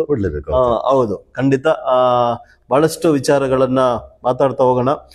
ನೀವಂದ್ರಿ ಟೆಸ್ಟ್, ಈಗ ರಕ್ತ ತಗೊಂಡಾದ್ಮೇಲೆ ಅದನ್ನ ಟೆಸ್ಟಿಗೆ ಒಳಪಡಿಸ್ತಾರ ಅಂತ ಹೇಳಿ. ಎಲ್ಲೋ ಕೆಲವರ ಒಂದು ತಲೆಯಲ್ಲಿ ಅದಕ್ಕಿಂತ ಮುಂಚಿತವಾಗಿ ಟೆಸ್ಟ್ ಮಾಡಿ ತಗೊಳ್ಬೋದಲ್ಲ, ನಮ್ಮ ಬ್ಲಡ್ ವೇಸ್ಟ್ ಆಗುತ್ತಲ್ಲ ಅನ್ನೋ ಒಂದು ಮೈಂಡ್ ಸೆಟ್ ಬರ್ಬೋದು ಸರ್. ಅವರಿಗೆ ಅವರ ಟೆಸ್ಟಿಂಗ್ ಚಾರ್ಜ್ ಕೊಡ್ತಾರ ಅಂತ ಹೇಳಿದ್ರೆ ನೆಕ್ಸ್ಟ್ ಒಂದು ಕ್ಯಾಂಪಿನಲ್ಲಿ ಅದೇ ವ್ಯವಸ್ಥೆ ಮಾಡಿಸೋ ಸರ್. ಈಗ ಅಂದ್ರೆ ಈಗ ಅಲ್ಲಿಗೆ ಟೆಸ್ಟಿಂಗ್ ಚಾರ್ಜ್ ಅಲ್ಲ, ಇವರ ಟೆಸ್ಟಿಂಗ್ ಚಾರ್ಜ್ ಕೊಡ್ತಾರೆ ಅಂತಂದ್ರೆ ಇವ್ರ ಬ್ಲಡ್ ನ ತಗೊಂಡೋಗಿ ಅವ್ರ ಲ್ಯಾಬಿಗೆ ಕೊಟ್ಬಿಟ್ಟು ಅವರೆಲ್ಲ ಟೆಸ್ಟ್ ಗಳನ್ನ ಮಾಡಿಸಿ ಏನು ಇಲ್ಲ ನೀನು ಕರೆಕ್ಟ್ ಆಗಿದ್ಯಾ ಅಂತ ಹೇಳ್ಬಿಟ್ಟು ಅವ್ರನ್ನ ನೆಕ್ಸ್ಟ್ ಬ್ಲಡ್ ಕೊಡ್ಲಿಕ್ಕೆ ತಯಾರಿದ್ಯಾ ಅಂತ ತಯಾರು ಮಾಡ್ತಾನೆ ಸರ್. ಬಟ್ ಅವರ ಬ್ಲಡ್ ಟೆಸ್ಟಿಂಗ್ ಚಾರ್ಜ್ ಅನ್ನು ಅವ್ರು ಕೊಡ್ಲಿಕ್ಕೆ ತಯಾರಿರ್ಬೇಕು. ಹಂಗೆ ಆತರ. ಯಾಕಂದ್ರೆ ಯಾವುದೇ ಲ್ಯಾಬ್ ಹಾಗೆ ನಡೆಯೋದಿಲ್ಲ ಸರ್. ಯಾವುದೇ ಲ್ಯಾಬ್ಗಳು ಅವರು ಎಷ್ಟೊಂದು ಇನ್ವೆಸ್ಟ್ ಮಾಡಿದಾಗ ಅವರಿಗೂ ಆದಾಯ ಬರಬೇಕು, ವರಮಾನ ಬರಬೇಕು ಅಂತ ಹೇಳಿದ್ರೆ ಇಲ್ಲಿ ಚಾರ್ಜ್ ಮಾಡ್ಲೇಬೇಕಾಗುತ್ತೆ. ಬ್ಲಡ್ ಕೊಡೋರು ಯಾವ ವಯಸ್ಸಿನವ್ರು ಕೊಡ್ಬೋದು ಸರ್? 18ರಿಂದ 60 ವರ್ಷದವರೆಗೆ ಕೊಡ್ಬೋದು ಸರ್. 18ರಿಂದ 60 ವರ್ಷದವರೆಗೆ ಕೊಡ್ಬೋದು ಸರ್. ಆರೋಗ್ಯವಾಗಿದ್ರೆ ತೂಕ ಅದು ಇದು ಏನಾದ್ರು ಮಿನಿಮಮ್ 50 ಕೆಜಿ ಮೇಲ್ಪಟ್ಟಿದ್ರೆ ಕೊಡ್ಬೋದು ಸರ್. 50 ಕೆಜಿ ಮೇಲ್ಪಟ್ಟು. ಒಂದ್ ವೇಳೆ 50 ಕೆಜಿ ಕಡಿಮೆ ಇದ್ದು ಕೊಡ್ಬಾರ್ದು ಅಂತಿಲ್ಲ. 49-48 ಕೆಜಿ ಅವರು ಕೂಡ ಕೊಟ್ಟಿದ್ದಾರೆ. ಕೆಲವೊಮ್ಮೆ ಕೊಟ್ಟಾಗ ಸ್ವಲ್ಪ ಅವರಿಗೆ ಸುಸ್ತಾಗುವಂಥದ್ದು, ಆಯಾಸಾಗುವಂಥದ್ದು ಆಗುತ್ತೆ ಆ ಟೈಮ್ ನಲ್ಲಿ. ಆಮೇಲೆ ಏನಾಗೋದಿಲ್ಲ. ಹಾಗಾಗಿ ನಾವು 50 ಕೆಜಿ ಮೇಲ್ಪಟ್ಟು ಯಾರಿದ್ದಾರೆ ಅವ್ರನ್ನೇ ನಾವು ಯಾವುದೇ ಕ್ಯಾಂಪ್ ನಲ್ಲಿ 50 ಕೆಜಿ ಮೇಲ್ಪಟ್ಟಿದ್ದವ್ರನ್ನೇ ನಾವು ಬ್ಲಡ್ ಕೊಡ್ಲಿಕ್ಕೆ ಏನ್ ಮಾಡ್ತೀವಿ. ಸ್ವಲ್ಪ ವೆಯ್ಟ್ ಕಮ್ಮಿ ಇದ್ರೆ ಅವ್ರಿಗೆ ನಾವು ಹೇಳ್ತೀವಿ ಬೇಡ ನೆಕ್ಸ್ಟ್ ಟೈಮ್ ಬನ್ನಿ ಅಂತ ಹೇಳಿ ಅವ್ರನ್ನ ನಾವು ವಾಪಸ್ ತುಂಬಾ ಜನ ಕಳಿಸಿದ್ವಿ. ವೀಕ್ನೆಸ್ ಆಗಿದ್ದಾಗ ತುಂಬಾ ಜನ ನಾವು ಕಳಿಸಿದ್ವಿ. ಯಾಕಂದ್ರೆ ಹೇಳಿದ್ರೆ ನಮಗೊಂದು ಕ್ಯಾಂಪ್ ಸಕ್ಸಸ್ ಆಗ್ಬೇಕು ಅಂತ ಯಾರದ್ದು ಮಕ್ಕಳನ್ನ ಕರ್ಕೊಂಡ್ಬಂದು ನಾವು ಬ್ಲಡ್ ಕೊಡಿಸಿ ಮುಂದೆ ಅವ್ರಿಗೇನು ಅನಾಹುತ ಆಗ್ಬಾರ್ದಲ್ಲ. ಹಾಗಾಗಿ ಎಷ್ಟು ಪರ್ಫೆಕ್ಟ್ ಆಗಿದ್ದಾರೆ ಅವ್ರನ್ನ ಮಾತ್ರ ನಾವು ಬ್ಲಡ್ ಕೊಡಿಸುವಂತ. ಈಗ ಬ್ಲಡ್ ಕ್ಯಾಂಪ್ ಮಾಡತ್ತಿಗೆ ಇಷ್ಟು ಯೂನಿಟ್ ಬ್ಲಡ್ ಈಗ ಬೇಕು, ಒಂದು ಬ್ಲಡ್ ಬ್ಯಾಂಕ್ಗೆ ಅಗತ್ಯವಾಗಿ ಇಷ್ಟು ಯೂನಿಟ್ ಬೇಕು ಅಂತ ಹೇಳಿ ಆ ಬ್ಲಡ್ ಕ್ಯಾಂಪ್ ಅಲ್ಲಿ ಅಷ್ಟು ಯೂನಿಟ್ ಕೆಲವೊಂದು ಕ್ಯಾಂಪ್ಗಳಲ್ಲಿ ಜಾಸ್ತಿ ಸಿಗ್ಬೋದು, ಒಂದ್ಕಿಂತ ಕಡಿಮೆ ಸಿಗ್ಬೋದು. ಕಡಿಮೆ ಸಿಕ್ಕಿದಾಗ ಮುಂದಿನ ವ್ಯವಸ್ಥೆಗಳೇನು? ಇಲ್ಲ ಸರ್, ನಾವು ಯಾವುದೇ ಕ್ಯಾಂಪ್ ಮಾಡಿದಾಗ 25ಕ್ಕಿಂತ ಮೇಲ್ಪಟ್ಟು ನಮಗೆ ಸಿಕ್ಕಿರುವಂತದ್ದು. ಅವ್ರಿಗೆ ಅಗತ್ಯ ಎಷ್ಟು ಬೇಕು ಅದಕ್ಕಿಂತ ಫುಲ್ಫಿಲ್ ಆಗ್ತದೆ. ಒಂದ್ ವೇಳೆ ಒಂದ್ ಪಕ್ಷ ಇಲ್ಲ, ಇದು 90 ಕ್ಯಾಂಪಲ್ಲಿ ಆ ರೀತಿ ಆಗಿಲ್ಲ ನಮಗೆ. 90 ಕ್ಯಾಂಪಲ್ಲೂ ಆ ರೀತಿ ಒಂದು ಎಲ್ಲೋ ಆಗ್ಲಿಲ್ಲ. ಯಾಕೆಂದ್ರೆ ನಾವೊಂದು ಕ್ಯಾಂಪ್ ಮಾಡುವಾಗ ಫ್ರೀ ಪ್ಲಾನ್ ಹಂಗ್ ಮಾಡ್ತೀವಿ ಸರ್ ನಾವು. ಅಂದ್ರೆ ನೆಟ್ವರ್ಕ್ ಹೇಗೆ ನಮಗೊಂದು ಟಾರ್ಗೆಟ್ ಇರ್ತದೆ, ಒಂದು ಕನಿಷ್ಠ 40 ಡೋನರ್ಸ್ ನಾವು ಮಾಡಬೇಕು. ಆ 40 ಡೋನರ್ಸ್ ನಾವು ರೆಡಿ ಮಾಡಿ ಇಟ್ಟಿರ್ತೀವಿ. ಡೋನರ್ಸ್ ರೆಡಿ ಮಾಡಿ ಇಟ್ಟು ಮತ್ತು ಕೂಡ ಒಂದಿಷ್ಟು ಜಾಸ್ತಿ ಬರ್ಲಿ ಅಂತ ಹೇಳ್ಬಿಟ್ಟು ಸೋಷಿಯಲ್ ಮೀಡಿಯಾದಲ್ಲಿ ಹರಿಬಿಡ್ತೀವಿ ಅಷ್ಟೇ. ಅಷ್ಟು ಡೋನರ್ಸ್ ನಾವು ಮೊದಲೇ ಅವ್ರಿಗೆ ಫೋನ್ ಮಾಡಿ ಮೆಸೇಜ್ ಮಾಡಿ ಅವ್ರನ್ನ ಇಂಥ ದಿನಕ್ಕೆ ನೀವು ರೆಡಿ ಆಗಿರಿ ಅಂತ ನಾವು ಸೆಟ್ ಮಾಡಿ ಇಟ್ಟಿರ್ತೀವಿ. ಹಾಗಾಗಿ 25ಕ್ಕಿಂತ ಮೇಲ್ಪಟ್ಟು ಪ್ರತಿ ಕ್ಯಾಂಪ್ನಲ್ಲಿ ಕೂಡ ಬಂದೇ ಬರ್ತದೆ. ಒಬ್ಬ ವ್ಯಕ್ತಿ ವರ್ಷಕ್ಕೆ ಎಷ್ಟು ಸಲ ಬ್ಲಡ್ ಕೊಡ್ಬೋದು ಸರ್? 4 ಸತಿ ಕೊಡ್ಬೋದು ಸರ್. 3 ತಿಂಗಳಿಗೆ 3 ತಿಂಗಳಿಗೆ ಒಂದ್ಸಲ. ಅಂದ್ರೆ 3 ತಿಂಗಳಿಗೆ ಒಂದ್ಸಲ ಕೊಟ್ರೆ ಒಳ್ಳೇದು ಅಂತ. ಆರೋಗ್ಯವಾಗಿ ಇರ್ತಾರೆ. ಮತ್ತು ವರ್ಷಕ್ಕೆ 4 ಸತಿ ಕೊಟ್ಟಾಗ ಸ್ವತಃ ನನಗೆ 39 ಸತಿ ಬ್ಲಡ್ ಕೊಟ್ಟಿದ್ದೀನಿ. ನನಗೆ ಯಾವತ್ತೂ ಕೂಡ ಏನ್ ಬ್ಲಡ್ ಟೆಸ್ಟ್ ಮಾಡಿಸುವ ಒಂದು ಅನಿವಾರ್ಯತೆ ಬರ್ಲಿಲ್ಲ. 3 ತಿಂಗಳಿಗೆ ಒಂದ್ಸತಿ ನಿನಗೆ ಗೊತ್ತಾಗ್ತದೆ ನಾನು ಹೆಲ್ದಿ ಅಂತ ಹೇಳಿ, ನನ್ನ ಬ್ಲಡ್ ಅಲ್ಲಿ ಟೆಸ್ಟ್ ಆಗ್ತದೆ, ನನಗೆ ಗೊತ್ತಾಗ್ತದೆ ನಾನು 3 ತಿಂಗಳು ಅಂದ್ರೆ ಬೇರೆ ಟೆಸ್ಟ್ಗಳು ನಮ್ಗೆ ಅಗತ್ಯ ಇಲ್ಲ, ಅವಶ್ಯಕತೆನೇ ಇಲ್ಲ. ಈಗ ಆ ಟೆಸ್ಟ್ ECG ಅದು ಇದು ಅವಶ್ಯಕತೆ ತಿಂಗಳಿಗೆ 6 ತಿಂಗಳಿಗೆ ಒಂದ್ಸಲ ಮಾಡ್ಬೇಕು, 2 ತಿಂಗಳಿಗೆ ಒಂದ್ಸಲ ಮಾಡ್ಬೇಕು ಅನ್ನೋ ಒಂದು ಇದೇ ಇಲ್ಲ, ಯಾವ್ದು ಅವಶ್ಯಕತೆ ಇಲ್ಲ. ಇದುವರೆಗೆ ನಮಗೆ ಯಾವ್ದು ಟೆಸ್ಟ್ ಗಳನ್ನ ಮಾಡುವಂತ ಅವಶ್ಯಕತೆ ಬಿದ್ದಿಲ್ಲ. ಈ ರಕ್ತ ಕೊಡ್ಲಿಕ್ಕೆ ಪ್ರಾರಂಭ ಮಾಡಿದ್ಮೇಲೆ ಇದುವರೆಗೆ ನಮಗೆ ಯಾವ ಅವಶ್ಯಕತೆ ಇದುವರೆಗೆ ಬಿದ್ದಿಲ್ಲ, ನಾಳೆ ಗೊತ್ತಿಲ್ಲ. ಇದುವರೆಗೆ ನಮಗೆ ಯಾವ ತರ ಸಮಸ್ಯೆಗಳು ಆಗ್ಲಿಲ್ಲ. ಈಗ ನೀವು ನಿಮ್ಮ ದುಡಿಮೆಗೂ ನೀವು ರಕ್ತ ಕೊಡೋದಕ್ಕೂ ಕಷ್ಟ ಅನ್ಸಲ್ಲ ಸರ್? ಯಾಕಂತ ಹೇಳಿದ್ರೆ ಅದು ಗಾರೆ ಕೆಲಸ ಅಂತ ಹೇಳಿದ್ರೆ ಫಿಸಿಕ್ ಚೆನ್ನಾಗಿರ್ಬೇಕು, ಶ್ರಮ ಜಾಸ್ತಿ ಪಡ್ಬೇಕಂತ ಹೇಳಿ. ಸೊ ಅಂತ ನಮ್ಮ ವೀಕ್ಷಕರು ಕೆಲವರು ಇದ್ದಾರೆ. ಈಗ ನಾನು ಒಬ್ಬ ಕೂಲಿ ಕಾರ್ಮಿಕ, ನನಗೂ ರಕ್ತ ಕೊಡ್ಬೇಕಂತೇಳಿ ಆಸೆ ಇರ್ತದೆ. ಬಟ್ ಕೆಲಸ ಮಾಡಕ್, ಈಗ ರಕ್ತ ಕೊಟ್ರೆ ಎಲ್ಲಿ ಕೆಲಸ ಮಾಡಕ್ ಸಾಮರ್ಥ್ಯ ಕಡಿಮೆ ಆಗ್ತದೋ ಅನ್ನೋ ಒಂದು ನಂಬಿಕೆ ಇದ್ದಂತಹ ಜನರಿಗೆ ಏನ್ ಹೇಳಕ್ ಬಯಸ್ತೀರಿ? ಇಲ್ಲ ಸರ್, ಏನು ಸಮಸ್ಯೆ ಆಗೋದಿಲ್ಲ. ತೋಟ ಕಾರ್ಮಿಕರು, ಯಾರಿಗಿಲ್ಲ, ಅಫಿಷಿಯಲ್ ಯಾರಿಗೇನು ಸಮಸ್ಯೆ ಆಗೋದಿಲ್ಲ. ಎಷ್ಟೋ ಜನ ನಮ್ದು ಬ್ಲಡ್ ಬ್ಯಾಂಕ್ ನಾವು ನಡೆಸೋ ಕ್ಯಾಂಪ್ ಅಲ್ಲಿ ಬಂದು ರಕ್ತ ಕೊಟ್ಟು ಕೆಲಸದ ಮಧ್ಯದಿಂದ ಬಂದು ರಕ್ತ ಕೊಟ್ಟು ಮತ್ತೆ ಹೋಗಿ ಕೆಲಸ ಮಾಡಿದ್ದಾರೆ. ಏನು ಸಮಸ್ಯೆ ಆಗಿಲ್ಲ ಇದುವರೆಗೆ, ಏನು ಆಗೋದಿಲ್ಲ. ಅದೇ ನಾವು ಎಷ್ಟು ರಕ್ತ ಕೊಡ್ತೀವಿ ಅಷ್ಟು ಹೆಲ್ದಿ ಆಗಿರ್ತೀವಿ. ರಕ್ತ ಕೊಡ್ತಾ ಬ್ಲಡ್ ಕೊಟ್ಟಂತ ಸ್ವಲ್ಪ ಏನು ಲಿಕ್ವಿಡ್ ಐಟಮ್ಸ್, ಸ್ವಲ್ಪ ಜ್ಯೂಸ್ ಸ್ವಲ್ಪ ಆರಾಮಾಗಿರುತ್ತೆ. ಈಗ ಬ್ಲಡ್ ಬ್ಯಾಂಕ್ ನಡೆಸ್ತಾ ಇರ್ತೀರಿ, ಬ್ಲಡ್ ಕ್ಯಾಂಪ್ ನಡೆಸ್ತಾ ಇರ್ತೀರಿ. ಯಾವುದೋ ಒಬ್ಬನಿಗೆ ಈಗ ಬ್ಲಡ್ ಕೊಡ್ತಾನೆ, ಬ್ಲಡ್ ಕೊಟ್ಟ ನಂತರದಲ್ಲಿ ಅವನಿಗೆ ಗೊತ್ತಾಗ್ತದೆ ಯಾವ್ದಾದ್ರು ಒಂದು ಕಾಯಿಲೆ ರೋಗ ಇದೆ ಅಂತ ಹೇಳಿ. ಅಂತ ಸನ್ನಿವೇಶಗಳು ನಿಮಗೆ ಎದುರಾಗಿದ್ದಾವ? ಇಲ್ಲ ಸರ್, ಅದೇ ಹೇಳಿದ್ ಅಂದ್ರೆ ದೊಡ್ಡ ಇಲ್ಲ, ನಮಗೆ ಅದ್ಯಾವ್ದು ಮಾಹಿತಿ ನಮಗೆ ಕೊಡೋದಿಲ್ಲ. ಯಾಕಂದ್ರೆ ಬ್ಲಡ್ ಬ್ಯಾಂಕಿನವ್ರು ನಮಗೆ ಯಾವ್ದು ಕೂಡ ಮಾಹಿತಿನ ಕೊಡೋದಿಲ್ಲ. ಒಂದ್ ವೇಳೆ ಆ ರೀತಿ ಇದೆ ಅಂತಂದಾಗ ಅವರೇ ಅವ್ರನ್ನ ಕರ್ಸ್ಕೊಳ್ತಾರೆ, ಸಂಪರ್ಕ ಮಾಡ್ಕೊಂಡು ಅವ್ರಿಗೆ ಇದ್ ಮಾಡ್ಕೊಂಡು ನಮಗೆ ಯಾವುದೇ ರೀತಿ ಮಾಹಿತಿ ಕೊಡೋದು. ಯಾಕಂದ್ರೆ ಯಾರಿಗೂ ಕೂಡ ಸ್ಪ್ರೆಡ್ ಆಗಬಾರ್ದು, ವಿಷಯಗಳು ಗೊತ್ತಾಗಬಾರ್ದು. ಯಾವ್ದು ಸಣ್ಣ ಪುಟ್ಟ ಕಾಯಿಲೆ ಆದ್ರೂ ಕೂಡ ನೇರವಾಗಿ ಅವರೇ ಮಾತಾಡ್ತಾರೆ, ಅವರೇ ಮಾಡಿ ಅವರೇ ಇದ್ ಮಾಡ್ಕೊಂಡು ಅವರೇ ಇನ್ಫಾರ್ಮ್ ಮಾಡ್ಕೊಂಡು ಅವ್ರನ್ನ ಕರ್ಕೊಂಡು ಸಜೆಷನ್ ಮಾಡ್ಬೇಕು ಅಥವಾ ಟ್ರೀಟ್ಮೆಂಟ್ ಮಾಡ್ಬೇಕು, ಬೇಗ ಮಾಡ್ಬೇಕು, ಅಲ್ವಾ ನಿನ್ಗೆ ಈ ರೀತಿ ಪ್ರಾರಂಭ ಆಗಿದೆ ಅಂತ ಹೇಳ್ಬೇಕು, ಎಲ್ಲ ಅವರೇ ಹಾಸ್ಪಿಟಲ್ ಮೇಲೆ ಮಾಡ್ಕೊತಾರೆ. ಈಗ ಬ್ಲಡ್ ಬ್ಯಾಂಕು ಮತ್ತೆ ನಿಮ್ಮ ಒಂದು ಸಂಘಟನೆ ನಡುವೆ ಬ್ಲಡ್ ನೀವು ಕ್ಯಾಂಪ್ ನಡೆಸ್ತೀರಿ, ಅವ್ರು ಬ್ಲಡ್ ತಗೊಂಡು ಹೋಗ್ತಾರೆ. ಈಗ ನೋಡಿದಂತವ್ರು ಜನರು, ಇವರು ಅಲ್ತಾಫ್ ಅವರು ಅವರಿಂದ ಏನೋ ತಗೊಂಡು ಈಗ ನಡೆಸಿದ್ದಾರೆ, ನಮ್ಮಿಂದ ಬ್ಲಡ್ ಅನ್ನು ತಗೊಂಡು ಅವರಿಗೆ ಹಣ ಸಿಗ್ಬೋದೇನೋ ಅಂತ ಏನಾದ್ರು ಮಾತುಗಳು ತುಂಬಾ ಇದೆ ಸರ್, ಕೇಳಿದೀವಿ ನಾವು. ಹೇಗೆ ಅಂತ ಹೇಳಿದ್ರೆ, ನಾವೊಂದು ಬ್ಲಡ್ ಕ್ಯಾಂಪ್ ಮಾಡಿದ್ರೆ ನಮಗೆ ಎಲ್ಲೋ ಒಂದು ಏನೋ ಬ್ಲಡ್ ಬ್ಯಾಂಕಿನವರು ನಮಗೆ ಅಮೌಂಟ್ ಕೊಡ್ತಾರೆ, ಈ ರೀತಿ ಎಲ್ಲ ತುಂಬಾ ಮೈಂಡ್ ಸೆಟ್ ಇದೆ ಜನಕ್ಕೆ ಕ್ಲಿಯರ್ ಆಗಿ. ಅದು ಯಾಕಂತ ಹೇಳಿದ್ರೆ 90 ಶಿಬಿರಗಳನ್ನ ಮಾಡಿದಿರಿ ಅಂತ ಹೇಳಿದ್ರೆ ಎಲ್ಲೋ ಒಂದು ಕಡೆ ಜನರಿಗೆ ಅನುಮಾನ, ಯಾಕಂತ ಹೇಳಿದ್ರೆ ಅನುಮಾನ ಅನ್ನೋದು ಜನರ ಸಹಜ ಗುಣ ಅದು. ಸೊ ಹಾಗಾಗಿ ಎಲ್ಲೋ ಒಂದ್ ಕಡೆ 90 ಕ್ಯಾಂಪ್ಗಳಿಲ್ಲ. ಯಾಕಂತ ಹೇಳಿದ್ರೆ ಈಗ ಬರೀ ಕಮರ್ಷಿಯಲ್ ಮೈಂಡ್ ಅಲ್ಲಿ ಇರುವಂತ ಜನಗಳಾಗಿರೋದ್ರಿಂದ ಎಲ್ಲೋ ಒಂದ್ ಕಡೆ ಯೋಚನೆ ಮಾಡ್ತಾರೆ, ಅವರು ಇವರಿಗೆ ಏನೋ ಸಮಥಿಂಗ್ ಕೊಟ್ಟಿರ್ಬೋದೇನೋ ಅಂತ ಹೇಳಿ. ಆ ತರದೇನಿಲ್ಲ. ಒಂದು ಬ್ಲಡ್ ಕ್ಯಾಂಪ್ ನಡೆಸಬೇಕು ಅಂತೇಳಿ ಅದಕ್ಕೆ ಬೇಕಾಗಿರೋ ವ್ಯವಸ್ಥೆಗಳು, ಒಂದು ಹಾಲ್ ಬೇಕಾಗಿರ್ತದೆ, ಇನ್ನು ಡೋನರ್ಸ್ ಗಳಿಗೆ ಬೇಕಾಗಿರುವಂತ ಜ್ಯೂಸ್ ಅಥವಾ ಫ್ರೂಟ್ ಏನಾದ್ರು ಬೇಕಿರ್ತದೆ. ಇನ್ನು ಬಾಕಿದ್ದ ವ್ಯವಸ್ಥೆಗಳು ಬ್ಲಡ್ ಬ್ಯಾಂಕಿನವ್ರು ಬರ್ತಾರೆ, ಅವ್ರು ಬರ್ತಾರೆ, ಬ್ಲಡ್ ತಗೋತಾರೆ, ಹೋಗ್ತಾರೆ. ನಮಗೆ ಇಲ್ಲಿ ಖರ್ಚಿರುವಂತದ್ದು ಬೇಕಾಗಿದ್ದಂತ ಹಾಲ್ ಅಥವಾ ಏನು ಫ್ರೂಟ್ಸ್ ಅಥವಾ ಜ್ಯೂಸ್. ಕೆಲವು ಟೈಮಲ್ಲಿ ಯಾರು ನಮಗೆ ಡೋನರ್ಸ್ಗಳು ಯಾರು ಸಿಗದೇ ಇದ್ದಾಗ ನಮ್ಮ ಸಂಸ್ಥೆಯಿಂದ ನಾವೇನ್ ಮಾಡ್ತೀವಿ, ಅದಕ್ಕೆ ಬೇಕಾದ ವ್ಯವಸ್ಥೆ ಮಾಡ್ಕೋತೀವಿ. ಅಥವಾ ಡೋನರ್ಸ್ಗಳು ಯಾರು ಸಿಕ್ಕಿದ್ರೆ ಕೆಲವೊಮ್ಮೆ ಯಾರತ್ತೂ ಬರ್ತಾ ಫ್ರೂಟ್ಸ್ ಕೊಡಿಸ್ತೀವಿ, ಯಾರತ್ತೂ ಒಂದ್ಸತಿ ಜ್ಯೂಸ್ ಕೊಡಿಸ್ತೀವಿ. ಅಲ್ಲಿಂದ ಹಾಸ್ಪಿಟ್ಲಿಂದ ಬರೋ ಏನೋ ಅವ್ರ ಸಿಬ್ಬಂದಿಗಳಿಗೆ ಮಧ್ಯಾಹ್ನ ಊಟಕ್ಕೆ ಅದು ಗೊತ್ತಿರ್ಲಿ, ಅವ್ರಿಗೆ ಬರೋ ಸಿಬ್ಬಂದಿಗಳಿಗೆ ಮಧ್ಯಾಹ್ನ ಊಟ ಮಾಡ್ಬೇಕು ಅಂತ ಏನಿಲ್ಲ, ಮಧ್ಯಾಹ್ನ ಊಟದ ವ್ಯವಸ್ಥೆ ನಾವೇ ಮಾಡ್ಕೊಡ್ತೀವಿ. ಆ ಊಟದ ವ್ಯವಸ್ಥೆಗೆ ಯಾರು ಡೋನರ್ ಸಿಕ್ಕಿದ್ರೆ ಅವ್ರನ್ನ ಮಾಡ್ಕೊಡ್ತೀವಿ, ಇಲ್ದಿದ್ರೆ ನಾವುಗಳೇ ನಮ್ಮ ಸಂಸ್ಥೆನ ಮಾಡ್ತೀವಿ. ಅಂದ್ರೆ ಅಲ್ಲಿಂದ ಅಮೌಂಟ್ ಸಿಗೋದಾದ್ರೆ ಇದನ್ನೆಲ್ಲ ನಾವು ಬೇರೊಂದು ಯಾಕೆ ತಗೊಳ್ಬೇಕು, ಅಥವಾ ಅವ್ರಿಗೆ ಯಾಕೆ ನಾವು ಊಟ ಮಾಡಿಸಿ ನಾವು ಕಳಿಸ್ಬೇಕು, ಅವರಿಂದ ಅಮೌಂಟ್ ನಮಗೆ ಸಿಗೋದಾಗಿದ್ದು ತುಂಬಾ ಇದೆ ಸರ್. ತುಂಬಾ ಕೇಳಿದೀವಿ ಇಂಥದ್ನೆಲ್ಲ. ಬ್ಲಡ್ ಕ್ಯಾಂಪ್ ಒಂದು ಕ್ಯಾಂಪ್ ಮಾಡಿದ್ರೆ ಇವನಿಗೆ ಇಷ್ಟು ಅಮೌಂಟ್ ಬರುತ್ತೆ, ಇಷ್ಟು ಬ್ಲಡ್ ಅನ್ನ ಅವರಿಗೆ ಕೊಟ್ರೆ ಇವರಿಗೆ ಇಷ್ಟು ಅಮೌಂಟ್ ಕೊಡ್ತಾರೆ ಅನ್ನುವಂಥದ್ದು ಯಾವ್ದು ವ್ಯವಸ್ಥೆಗಳಿಲ್ಲ. ಯಾವ ಸರ್ಕಾರಿ ವ್ಯವಸ್ಥೆಗಳು ಇದ್ದಿದ್ರೆ ತಿಂಗಳಿಗೆ ಖಂಡಿತವಾಗ್ಲೂ ಕನಿಷ್ಠ 20 ಬ್ಲಡ್ ಕ್ಯಾಂಪ್ ಅನ್ನು ನಾನು ಮಾಡ್ತಾ ಇದ್ದೆ. ಕನಿಷ್ಠ ಒಂದು ಕ್ಯಾಂಪಿನಿಂದ ನನಗೆ ಒಂದು 2,000 ರೂಪಾಯಿ ಬರ್ತದೆ ಅಥವಾ 1,000 ಬರುತ್ತೆ ಅಂತಂದ್ರು ಕೂಡ ಯಾರ ಕೆಲಸ ಬೆಳಗಿನ ಸಂಜೆವರೆಗೆ ಯಾಕೆ ಕಟ್ಟಾಡ ಕನಿಷ್ಠ 20 ಕ್ಯಾಂಪ್ ನಾನು ಮಾಡ್ತಾ ಇದ್ದೆ. ಜಲ್ಲಿ ಹೊರದು, ಕಾಂಕ್ರೀಟ್ ಹೊರದು ಅವಶ್ಯಕತೆ ಇರಲಿಲ್ಲ. ಆರಾಮಾಗಿ ಒಳ್ಳೆ ಶೂಟ್ ಹಾಕೊಂಡು ಆರಾಮಾಗಿ ತಿಂಗಳಿಗೆ 20 ಕ್ಯಾಂಪ್ ಅನ್ನು ಖಂಡಿತ ಮಾಡ್ತಾ ಇದ್ದೆ ನಾನು. 90 ಕ್ಯಾಂಪ್ ಮಾಡ್ಲಿಕ್ಕೆ 10 ವರ್ಷ ತಗೊಳ್ತಾ ಇರ್ಲಿಲ್ಲ. 2014 ಪ್ರಾರಂಭ ಮಾಡಿದ್ದು 2024 ಡಿಸೆಂಬರ್ಗೆ 10 ವರ್ಷ ತಗೊಳ್ತಿರ್ಲಿಲ್ಲ. ಹೌದು, ಖಂಡಿತ. ಮತ್ತೊಂದು, ಈಗ ನೀವು ಎಲ್ಲೋ ಇರ್ತೀರಿ, ಒಬ್ಬರಿಗೆ ತುರ್ತಾಗಿ ಯಾವುದೋ ಒಂದು ಗ್ರೂಪಿನ ಬ್ಲಡ್ ಬೇಕು ಅಂತ ಹೇಳಿ ನೀವು ಮೆಸೇಜ್ ಎಲ್ಲ ಸರ್ಕ್ಯುಲೇಟ್ ಮಾಡ್ತೀರಿ.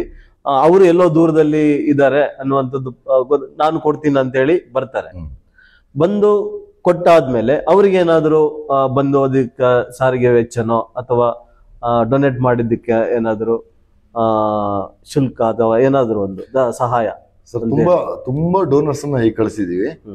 ಕಳಿಸಿದಾಗ ಅವ್ರು ನಮಗೆ ಕೇಳ್ತಾರೆ, ಯಾರಂತ ಹೇಳಿದ್ರೆ ಈಗ ಯಾರಿಗೆ ಬ್ಲಡ್ ಬೇಕಿರುತ್ತೋ ಅವರಿಗೆ ಡೊನೇಷನ್ ಮಾಡಿದಾಗ ಸರ್ ಅವ್ರಿಗೆ ಏನಾದ್ರು ಕೊಡ್ಬೇಕಾ ಅಂತ ನಾನು ಮೊದಲೇ ಹೇಳ್ತೀನಿ. ಅವ್ರಿಗೆ ಕೊಡ್ಲಿಕ್ಕೆ ಹೋಗ್ಬೇಡಿ. ಯಾಕೆಂತ ಹೇಳಿದ್ರೆ ಅಮೌಂಟ್ ಕೊಟ್ರೆ ನೆಕ್ಸ್ಟ್ ಅವನು ಅದನ್ನೇ ಅಭ್ಯಾಸ ಮಾಡ್ಕೊಂಡ್ಬಿಟ್ರೆ ಅದು ಯಾರಾದ್ರೂ ಫೋನ್ ಮಾಡ್ತಾರೋ ಅನ್ನೋದಕ್ಕೆ ಕೊಡ್ಲಿಕ್ಕೆ ಹೋಗ್ಬೇಡಿ ಅಂತ ಒಂದು ಹೇಳ್ತೀವಿ. ಮತ್ತೆ ಇವರು ನಮ್ಮನ್ನ ಮೀರಿನ ಕೆಲವೊಮ್ಮೆ ಇವರೇ ಕೊಡ್ಲಿಕ್ಕೆ ಹೋಗ್ತಾರೆ. ಹೋದಾಗ ನಾವು ಕಳಿಸಿದ್ವಿ ಇದುವರೆಗೆ ಒಬ್ಬರು ಡೋನರ್ಸ್ ಯಾರ ಹತ್ರನು 1 ರೂಪಾಯಿ ತಗೊಂಡಂತ ಉದಾಹರಣೆ ನಮ್ಮ ಇಲ್ಲ. ಮತ್ತೆ ಅವ್ರು ಕೊಟ್ಟಂತ ಸ್ವಲ್ಪ ಪ್ರೀತಿಯಿಂದ ಅಥವಾ ನಮಗೇನು ಡೊನೇಷನ್ ಮಾಡಿದ್ರೆ ಅನ್ನೋ ಉದ್ದೇಶದಿಂದ ಒಂದಿಷ್ಟು ಜ್ಯೂಸ್ ಏನೇನು ಕೊಟ್ಟು ಕೂಡ ಅದನ್ನು ಕೂಡ ಕುಡಿಯುವಂತವ್ರು ಇಲ್ಲ. ನಮ್ಮ ಹತ್ರ ಹೋಗ್ತಾರೆ, ಬ್ಲಡ್ ಕೊಡ್ತಾರೆ, ಸೀದಾ ಬರ್ತಾರೆ, ನಮಗೆ ಒಂದು ಇನ್ಫಾರ್ಮ್ ಮಾಡ್ತಾರೆ, ಒಂದು ಫೋಟೋ ಇದ್ರೆ ನಮಗೆ ಕಳಿಸ್ತಾರೆ, ಅವ್ರ ಪಾಡಿಗೆ ಅವ್ರು ಬರ್ತಾರೆ. ಕೆಲವರಿಗೆ ಗೊತ್ತೇ ಇರೋದಿಲ್ಲ ಸರ್, ಇಂಥವ್ರು ಬಂದ್ರು ಬ್ಲಡ್ ಕೊಟ್ಟರು ಓದನ್ ಗೊತ್ತೇ ಇರೋದಿಲ್ಲ ಕೆಲವರಿಗೆ. ಆ ರೀತಿ ವ್ಯವಸ್ಥೆ ಮಾಡ್ಕೊಂಡು ಅಂದ್ರೆ ಅವರಿಗೆ ಈಗ ಬ್ಲಡ್ ಕೊಟ್ಟು ಹೋದ ತಕ್ಷಣ ನಿಮಗೆ ಅವರಿಗೂ ಕಾಂಟ್ಯಾಕ್ಟ್ ಇರೋದಿಲ್ಲ. ನೆಕ್ಸ್ಟ್ ಬೇಕಾದಾಗ ಅವರು ಮತ್ತೆ ಹೋಗ್ತಾರೆ, ಕೊಡ್ತಾರೆ, ಬರ್ತಾರೆ. ಸರ್, ದಿನಕ್ಕೆ ಕನಿಷ್ಠ ಏನಿಲ್ಲ 3 ರಿಂದ 4, 5 ಕಾಲ್ಗಳು ಬಂದೇ ಬರುತ್ತೆ. ಎಲ್ಲನೂ ನಮಗೆ ಕ್ಲಿಯರ್ ಮಾಡಕ್ ಆಗೋದಿಲ್ಲ ಅಂತ ಅದ್ರಲ್ಲೂ 1, 2 ಮಾಡ್ಬೋದು. ಕೆಲವೊಂದು ನಮಗೆ ಒತ್ತಡ ಇರ್ತದೆ, ನಮ್ದೇ ಕೆಲಸಗಳಿರ್ತದೆ, ನಮ್ದೇ ಕೆಲವೊಂದು ತಾಪತ್ರಗಳಿರ್ತದೆ, ಮಧ್ಯದಲ್ಲಿ ಕೆಲವೊಂದು ಅಟೆಂಡ್ ಮಾಡ್ಲಿಕ್ಕೂ ಕಷ್ಟ ಆಗ್ತದೆ. ಆದ್ರೂ ಎಷ್ಟು ಸಾಧ್ಯನೋ ಅಷ್ಟು ನಾವು ಮ್ಯಾಕ್ಸಿಮಮ್ ನಾವು ಕ್ಲಿಯರ್ ಮಾಡ್ಲಿಕ್ಕೆ ನೋಡ್ತೇವೆ. ಈಗ ಬ್ಲಡ್ ಗ್ರೂಪ್ಗಳಲ್ಲಿ ವೆರಿ ರೇರ್ ಗ್ರೂಪ್ ಅಂತ ಅನ್ಸಿದ್ದು ಸರ್ ನಮಗೆ ಇಲ್ಲಿ, ಯಾಕಂದ್ರೆ 90 ಶಿಬಿರಗಳನ್ನು ಮಾಡಿದಿರಿ, ವೆರಿ ರೇರ್ ಸರ್. ನಮಗೆ ಇಲ್ಲಿ ಚಿಕ್ಕಮಗಳೂರು ಜಿಲ್ಲೆಯಲ್ಲಿ ನಮಗೆ ತುಂಬಾ ಕಷ್ಟ ಅನ್ಸಿದ್ದು B negative sir. B negative blood ಯಾರಾದ್ರೂ ನಮಗೆ ಕಾಲ್ ಮಾಡಿ ನಮಗೆ ಬಿ ನೆಗೆಟಿವ್ ಬೇಕು ಅಂದಾಗ ಒಂದ್ಸತಿ ಶಾಕ್ ಆಗುತ್ತೆ. ಇವು ಬಿ ನೆಗೆಟಿವ್ ಎಲ್ಲಿಂದ ಕೊಡಿಸ್ಬೇಕು?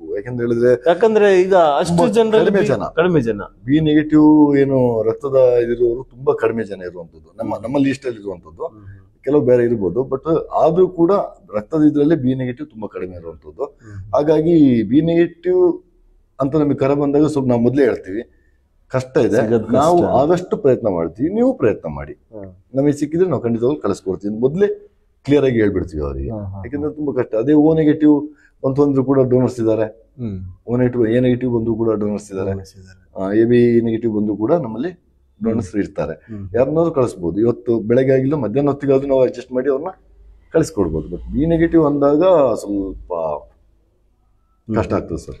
ಈಗ ಅಂತ ಪರಿಸ್ಥಿತಿಗಳೇನಾದ್ರು ಬಂದಿದ್ಯಾ? ಈಗ ಬಿ ನೆಗೆಟಿವ್ ನಮಗೆ ಬೇಕು, ನಿಮ್ಮ ಗ್ರೂಪ್ ಅಲ್ಲಿನೂ ಇಲ್ಲ, ಬ್ಲಡ್ ಬ್ಯಾಂಕ್ ಅಲ್ಲೂ ಇಲ್ಲ, ಹೇಗಾದ್ರೂ ಮಾಡಿ ಹೊಂದಿಸ್ಬೇಕು ಪ್ರಯತ್ನ ಪಟ್ಟಿರುವಂತದ್ದು, ಅದಕ್ಕೆ ಸಕ್ಸಸ್ ಕಂಡಿರೋದು ಯಾವ್ದಾದ್ರು ಇನ್ಸಿಡೆಂಟ್? ತುಂಬಾ ಬಂದಿದೆ ಸರ್ ಅಂತದ್ರಲ್ಲಿ. ಒಂದ್ ವೇಳೆ ನಮ್ಮಲ್ಲಿ ಇಲ್ಲಿ ಇಲ್ಲ ಅಂದಾಗ ನಾವ್ ಏನ್ ಮಾಡ್ತೀವಿ ಅಂತ ಹೇಳಿದ್ರೆ, ಶಿವಮೊಗ್ಗ ಬ್ಲಡ್ ಬ್ಯಾಂಕ್ ನ ಕಾಂಟ್ಯಾಕ್ಟ್ ಮಾಡ್ತೀವಿ, ಹಾಸನ ಬ್ಲಡ್ ಬ್ಯಾಂಕ್ ಕಾಂಟ್ಯಾಕ್ಟ್ ಮಾಡ್ತೀವಿ, ಅಥವಾ ಬೆಂಗಳೂರಿಗೆ ಬೇರೆ ಬೇರೆ ಮಂಗಳೂರು ಎಲ್ಲ ಬ್ಲಡ್ ಬ್ಯಾಂಕ್ ಕಾಂಟ್ಯಾಕ್ಟ್ ಮಾಡ್ತೀವಿ. ಎಲ್ಲ ಕಾಂಟ್ಯಾಕ್ಟ್ ಅಲ್ಲಿ ಇದೆ, ಎಲ್ಲ ಬ್ಲಡ್ ಬ್ಯಾಂಕ್ ನ ಕಾಂಟ್ಯಾಕ್ಟ್ ಮಾಡಿ ಇಲ್ಲಾದ್ರೂ ಒಂದು ಸಿಕ್ಕಿದ್ರೆ ಅವ್ರಿಗೆ ಮಾಹಿತಿ ಕೊಡ್ತೀವಿ, ನೋಡಿ ಇಂಥ ಬ್ಲಡ್ ಬ್ಯಾಂಕ್ ನಲ್ಲಿ ಇದೆ, ಹೋಗಿ ಕಲೆಕ್ಟ್ ಮಾಡ್ಕೊಂಡ್ ಬನ್ನಿ. ಅವ್ರು ಹೋಗ್ತಾರೆ, ಕಲೆಕ್ಟ್ ಮಾಡ್ಕೊಂಡ್ ಬರ್ತಾರೆ. ಆಯ್ತು ಸರ್, ಸಕ್ಸಸ್ ಆಗಿದೆ. ಯಾವ್ದು ಆಗ್ಲೇ ಇಲ್ಲ ನಮ್ಮ ಹತ್ರ ಅನ್ನೋಂಥದ್ದು ಯಾವ್ದು ಆಗಿಲ್ಲ. ಈ ಒಂದು 90 ಶಿಬಿರಗಳಲ್ಲಿ ಅದೆಷ್ಟೋ ಜೀವಗಳಿಗೆ ಬ್ಲಡ್ ಅನ್ನು ಕೊಟ್ಟಿದ್ದೀರಿ. ನಿಮಗೆ ಸಾರ್ಥಕ ಅನ್ಸಿದ್ದು, ಬಹಳ ಖುಷಿ ಅನ್ಸಿದ್ದು ಯಾವ್ದಾದ್ರು ಇನ್ಸಿಡೆಂಟ್ ಇದೆಯಾ? ಅಂದ್ರೆ ರಕ್ತ ಕೊಟ್ಟಂತ ಸಂದರ್ಭದಲ್ಲಿ ಆ ಜೀವ ಬದುಕಿದ್ದು, ಬಂದು ನಿಮ್ಗೆ ಅಭಿನಂದನೆ ಹೇಳಿದ್ದು, ಜೊತೆಗೆ ಆತರ ಒಂದು ಹೇಳಕ್ಕಾಗದೇ ಇರೋಂತ ಖುಷಿ ವಿಚಾರಗಳು ಏನಾದ್ರು? ತುಂಬಾ ಇದೆ ಸರ್, ಆ ತರದ್ದು ತುಂಬಾ ಇದೆ. ಈಗಲೂ ಕೂಡ ತುಂಬಾ ಜನ ಎಲ್ಲಿ ಸಿಕ್ಕಿದ್ರು ಅದು ಈಗಲೂ ಕೂಡ ಅಷ್ಟರಲ್ಲಿ ಈ ನಮ್ಮ ವೀಕ್ಷಕರ ಜೊತೆಗೆ ಹಂಚ್ಕೊಳ್ಬೇಕಾದ್ರೆ ಒಂದು ಇನ್ಸಿಡೆಂಟ್, ಯಾವ್ದಾದ್ರು ಒಂದು ಇನ್ಸಿಡೆಂಟ್ ಇದ್ರೆ ಸರ್. ಇಲ್ಲ ಸರ್, ತುಂಬಾ ಇದೆ. ನನಗೆ ಅವರ ಹೆಸರು ನೆನಪಾಗ್ತಾ ಇಲ್ಲ. ಜಾವಳಿ, ಜಾವಳಿಯಿಂದ ಒಬ್ರು, ಅವ್ರ ಹೆಸರು ನೆನಪಾಗ್ತಾ ಇಲ್ಲ ನನಗೆ, ತುಂಬಾ ವರ್ಷ ಆಯ್ತು. ಅವರಿಗೆ ಒಂದು ಬ್ಲಡ್ ಬೇಕಿತ್ತು, ಓ ನೆಗೆಟಿವ್. ನೆಗೆಟಿವ್ ಬೇಕಾಗ ನಾನು ಕಾಲ್ ಮಾಡಿದೆ. ಅದನ್ನ ನಾನು ಎಲ್ಲಿಂದ ಮಾಡ್ಬೇಕು ಅಂದ್ರೆ ಕೊನೆಗೆ ಇಲ್ಲಿ ನಮ್ಮ ಮುಡಿಯ ನಮ್ಮ ಡೋನರ್ಸ್ ಇದ್ದಾರೆ ಜಗದೀಶ್ ಅಂತ, ಅವ್ರಿಗೆ ಕಾಲ್ ಮಾಡಿದ್ವಿ. ಅವ್ರು ಕಾಲ್ ಮಾಡಿದಾಗ ರಾತ್ರಿ 12 ಗಂಟೆಗೆ ಅವ್ರು ರೆಡಿ ಆದ್ರು ಹೋಗಂತ. ಅವ್ರದೇ ಸ್ವತಃ ಕಾರ್ ತಗೊಂಡು ಬಂದ್ರು. ನಾನು ಅವ್ರ ಒಟ್ಟಿಗೆ ಬ್ಲಡ್ ಕೊಟ್ಟು ಬಂದ್ವಿ. ಅವ್ರಿಗೆ ಬ್ಲಡ್ ಕೊಟ್ಟು ಅವ್ರಿಗೆ ಇಬ್ಬರ ಜೊತೆಲಿ ಹೋಗಿ ಬಂದ್ವಿ. ಮಾರನೇ ದಿನ ಜಾವಳಿಯಿಂದ ಅವ್ರ ಹೆಸರು ನೆನಪಾಗ್ತಿಲ್ಲ ಈಗಲೂ ಕೂಡ. ಮನೇಲಿ ಕಾಲ್ ಮಾಡಿದ್ರು, ಎಲ್ಲಿ ಅಲ್ತದೆ ನೀವು, ನಾನು ಕೆಲಸ ಹತ್ರ ಇದ್ದೀನಿ ಅಂತ ಹೇಳಿದೆ. ಊರೇ ಯಾವ್ದು ಕೆಳಗೆ ಬೆಳಗುಳ ಅಂದಾಗ ಅವರು ಅವರ ಫ್ಯಾಮಿಲಿಯವರು ಕೂಡ ತುಂಬಾ ಏನು ಫ್ರೂಟ್ಸು ಅದೆಲ್ಲ ತಗೊಂಡೋಗಿ ನನ್ನ ಮನೆಗೆ ನನಗೆ ಕಾಲ್ ಮಾಡಿರ್ಲಿಲ್ಲ.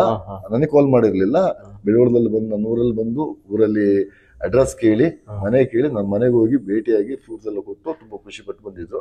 ಒಂಥರ ಖುಷಿ ಆಗಿತ್ತು. ಅಂದ್ರೆ ಫ್ರೂಟ್ಸ್ ಕೊಟ್ಟು ಹಾಗೆ ಅಂತಲ್ಲ, ಇವರಿಗೆಲ್ಲೋ ಖುಷಿ ಆಗಿದೆ ಅಂತ ನಮಗೊಂಥರ ಖುಷಿ ಆಯ್ತು. ಅಂದ್ರೆ ಸಕ್ಸಸ್ ಆಗಿದೆ. ನಾವು ಆ ರಾತ್ರಿ ಹೋಗಿ ಒಂದು ಕಾರ್ಯ ಮಾಡಿ ಬಂದಾಗ ಎಲ್ಲೋ ಒಂದ್ ಕಡೆ ನಾವು ಈ ಒಂದು ಸಂಸ್ಥೆ ಮಾಡಿದ್ದಕ್ಕೂ ಈ ಒಂದು ವರ್ಕ್ ಮಾಡಿದ್ದಕ್ಕೂ ನಮ್ಮ ಕೆಲಸಗಳನ್ನ ಒಂದಿಷ್ಟು ಬದಲಿಟ್ಟು ಇದಕ್ಕೆ ಜಾಸ್ತಿ ಟೈಮ್ ಕೊಟ್ಟಿದ್ದಕ್ಕೂ ಎಲ್ಲ ಒಂದ್ ಕಡೆ ಸಾರ್ಥಕ ಆಯ್ತು ಅಂತ ಅನ್ಸುತ್ತೆ ಸರ್. ಈಗ ಅಷ್ಟು ಬಹಳಷ್ಟು ಇನ್ಸಿಡೆಂಟ್ ಇದೆ ಅಂತ ಹೇಳಿದ್ರಿ. ಅವರೆಲ್ಲ ಈ ನಿಮ್ಮ ಸಂಘಟನೆಗೆ ಒಂದ್ ರೀತಿಯಾದಂತ ಸಹಕಾರವನ್ನ ಕೊಡ್ತಾ ಇದ್ದಾರೆ. ಈಗ ನಿಮ್ಮಿಂದ ಸಹಕಾರವನ್ನ ಪಡ್ಕೊಂಡಂತವ್ರು, ಬ್ಲಡ್ ಅನ್ನ ಪಡ್ಕೊಂಡು ಜೀವನವನ್ನ ಕಟ್ಕೊಂಡಂತವ್ರು ನಿಮ್ಮ ಸಂಘಟನೆಗಾಗ್ಲಿ ನಿಮ್ಮ ಜೀವನಕ್ಕಾಗ್ಲಿ ಒಂದಷ್ಟು ಸಹಕಾರ ಅರ್ಥ ಆಗ್ಲಿಲ್ಲ ಸರ್. ಸಹಕಾರ ಅಂತ ಹೇಳಿದ್ರೆ ಈಗ ಒಂದು ಸಂಘಟನೆ ನಡಿಬೇಕಂತ ಹೇಳಿದ್ರೆ ಬಹಳಷ್ಟು ಖರ್ಚು ಇದ್ಗಳು ಬರ್ತವೆ. ಈಗ ಒಂದು ಮಾರಲ್ ಸಪೋರ್ಟ್ ಅಂತ ಹೇಳಿ ಆತರ ನಿಂತಿದ್ದು ಇಲ್ಲ. ನಾವ್ ಯಾರನ್ನು ಭೇಟಿ ಆಗೇ ಇಲ್ಲ ಇದುವರೆಗೆ. ಯಾಕೆಂತ ಹೇಳಿದ್ರೆ ನಮ್ಮದೊಂದು ಅಭ್ಯಾಸ ಹೇಗೆಂತ ಹೇಳಿದ್ರೆ, ಒಂದು ಯಾವುದೇ ಒಂದು ಕರೆ ಬಂದ್ರು ಕೂಡ ಅವ್ರು ಯಾರು ಅಂತ ಕೇಳೋದಿಲ್ಲ, ಹೆಸರನ್ನು ಕೇಳೋದಿಲ್ಲ. ನಾವು ಯಾವ ಹಾಸ್ಪಿಟಲ್, ಯಾವ ಬ್ಲಡ್ ಗ್ರೂಪ್ ಅಷ್ಟನ್ನ ಕೇಳಿ ಮಾಡ್ತೀವಿ. ಆನಂತರ ಅವ್ರ ನಂಬರ್ನು ಕೂಡ ನಾವು ಸೇವ್ ಮಾಡೋದಿಲ್ಲ. ಅವ್ರಿಗೇನೋ ಥ್ಯಾಂಕ್ ಕೇಳ್ಬೇಕು ಅಂತ ಹೇಳಿದ್ರೆ ಅವರೇ ಕಾಲ್ ಮಾಡ್ಬೇಕು. ಅಲ್ಲ, ಅವರಾಗೆ ಬಂದು ಇಲ್ಲ ಇಲ್ಲ, ಅದ್ರದ್ದು ಯಾವ್ದಿಲ್ಲ. ನಾವ್ ಯಾರು ಮಾಡಿಲ್ಲ, ಅವ್ರಾಗಿ ಬಂದು ಯಾವ್ದು ಕೊಟ್ಟದ್ದು ನಮ್ಗೆ ಯಾವ್ದು ಇಲ್ಲ. ಅಂದ್ರೆ ಒಂದು ಬ್ಲಡ್ ಕೊಟ್ಮೇಲೆ ಅಲ್ಲಿಗೆ ಮುಗೀತು. ಕೆಲವರು ಯಾವತ್ತವ್ರು ಸಿಕ್ಕಿದ್ರೆ ನೆನ್ಪು ಮಾಡ್ಕೊತಾರೆ, ಕೆಲವರು ಅಲ್ಲಿಗೆ ಮುಗಿದೋಗುತ್ತೆ. ಅಂದ್ರೆ ನಾನು ಯಾಕೆ ಈ ಮಾತನ್ನು ನೆನೆಸಿದೆ ಅಂತ ಹೇಳಿದ್ರೆ, ನಾವು ಜೀವನದಲ್ಲಿ ಹತ್ತಿದೇಣಿನ ಮರಿಬಾರ್ದು. ಹೌದು. ಸೊ ಆ ನಿಟ್ಟಿನಲ್ಲಿ ಕೇಳಿದ್ದು ಒಂದಷ್ಟು, ಯಾಕಂತ ಹೇಳಿದ್ರೆ ನೀವು ಬಹಳಷ್ಟು ಕಷ್ಟಪಟ್ಟಿರ್ತೀರಿ ಆ ಒಂದು ಬ್ಲಡ್ ಅನ್ನ ಹೊಂದಿಸ್ಲಿಕ್ಕೆ. ಸೊ ಅದಕ್ಕೆ ಪೂರಕವಾಗಿ ಏನಾದ್ರು ನಿಮ್ಮ ಸಹಾಯಕ್ಕೆ ನಿಲ್ತಾರ ಅಂತ ಹೇಳಿ? ಇಲ್ಲ ಸರ್, ಕೆಲವು ಹೇಗೆ ಅಂತ ಹೇಳಿದ್ರೆ, ಕೆಲವು ಅಲ್ಲಿ ನಾವು ಅವ್ರನ್ನ ಒಂದು ಬ್ಲಡ್ ಬೇಕು ಅಂದಾಗ ನಾವು ಅವ್ರನ್ನ ಬೇಕು ಬಿಡ್ತೀವಿ. ಎಲ್ಲ ಆಗಿ ಬ್ಲಡ್ ಬ್ಯಾಂಕ್ ತಂದ್ರ ಆಯ್ತಾ, ಕ್ಲಿಯರ್ ಆಯ್ತಾ, ಎಲ್ಲ ಎಲ್ಲಿವರೆಗೆ ಮುಗಿಸ್ತೀವಿ. ಬ್ಲಡ್ ಅವರಿಗೆ ಮುಟ್ತು ಅಂತ ಅಂದಾದ ತಕ್ಷಣ ನಾವೇನ್ ಮಾಡ್ತೀವಿ, ಅಲ್ಲಿಗೆ ನಿಲ್ಸ್ತೀವಿ. ಆಮೇಲೆ ಅವ್ರು ನಾವು ಕಾಲ್ ಮಾಡೋದಿಲ್ಲ. ಆಮೇಲೆ ಅವ್ರೇನ ಕಾಲ್ ಮಾಡಿ ಅಲ್ಲಿಗೆ ನಾವು ಅದೇ ಹೇಳಿದ್ನಲ್ಲ, ನಂಬರ್ನು ಕೂಡ ನಾವು ಸೇವ್ ಮಾಡೋದಿಲ್ಲ. ಅವ್ರ ನಂಬರ್ನು ಕೂಡ ಸೇವ್ ಮಾಡ್ಕೊಳ್ಳೋದಿಲ್ಲ. ಯಾಕೆಂದ್ರೆ ಮತ್ತೊಂದ್ ದಿನ ಯಾವತ್ತು ನಾವು ಅದ್ ನೀವು ಹೇಳಿದ ಸಹಕಾರ ಅಂತ ನಮ್ಮ ಮೈಂಡಿಗೆ ಬರಬಾರ್ದು ಯಾವತ್ತು. ಅವ್ರು ನಾವ್ ಯಾವತ್ತು ಬ್ಲಡ್ ಕೊಟ್ಟಿದ್ವಿ, ಇವ್ರಿಗೆ ನಮ್ಗೆ ಏನೋ ಒಂದಿಷ್ಟು ಕಾರ್ಯಕ್ರಮ ಇದೆ, ಇವ್ರನ್ನೇನೋ ಕೇಳೋಣ ಅನ್ನೋದು ನಮಗೆ ಮೈಂಡಿಗೆ ಬರಬಾರ್ದು. ನಂಬರ್ನೇ ಸೇವ್ ಮಾಡೋದಿಲ್ಲ. ಅವ್ರಾಗಿ ಕಾಲ್ ಮಾಡಿದ್ರೆ ಮಾತಾಡ್ತೀವಿ, ಬಿಟ್ರೆ ಅದೇ ಸರ್ವಿಸ್ ನಾವು ಕಾಲ್ ಮಾಡೋದಿಲ್ಲ.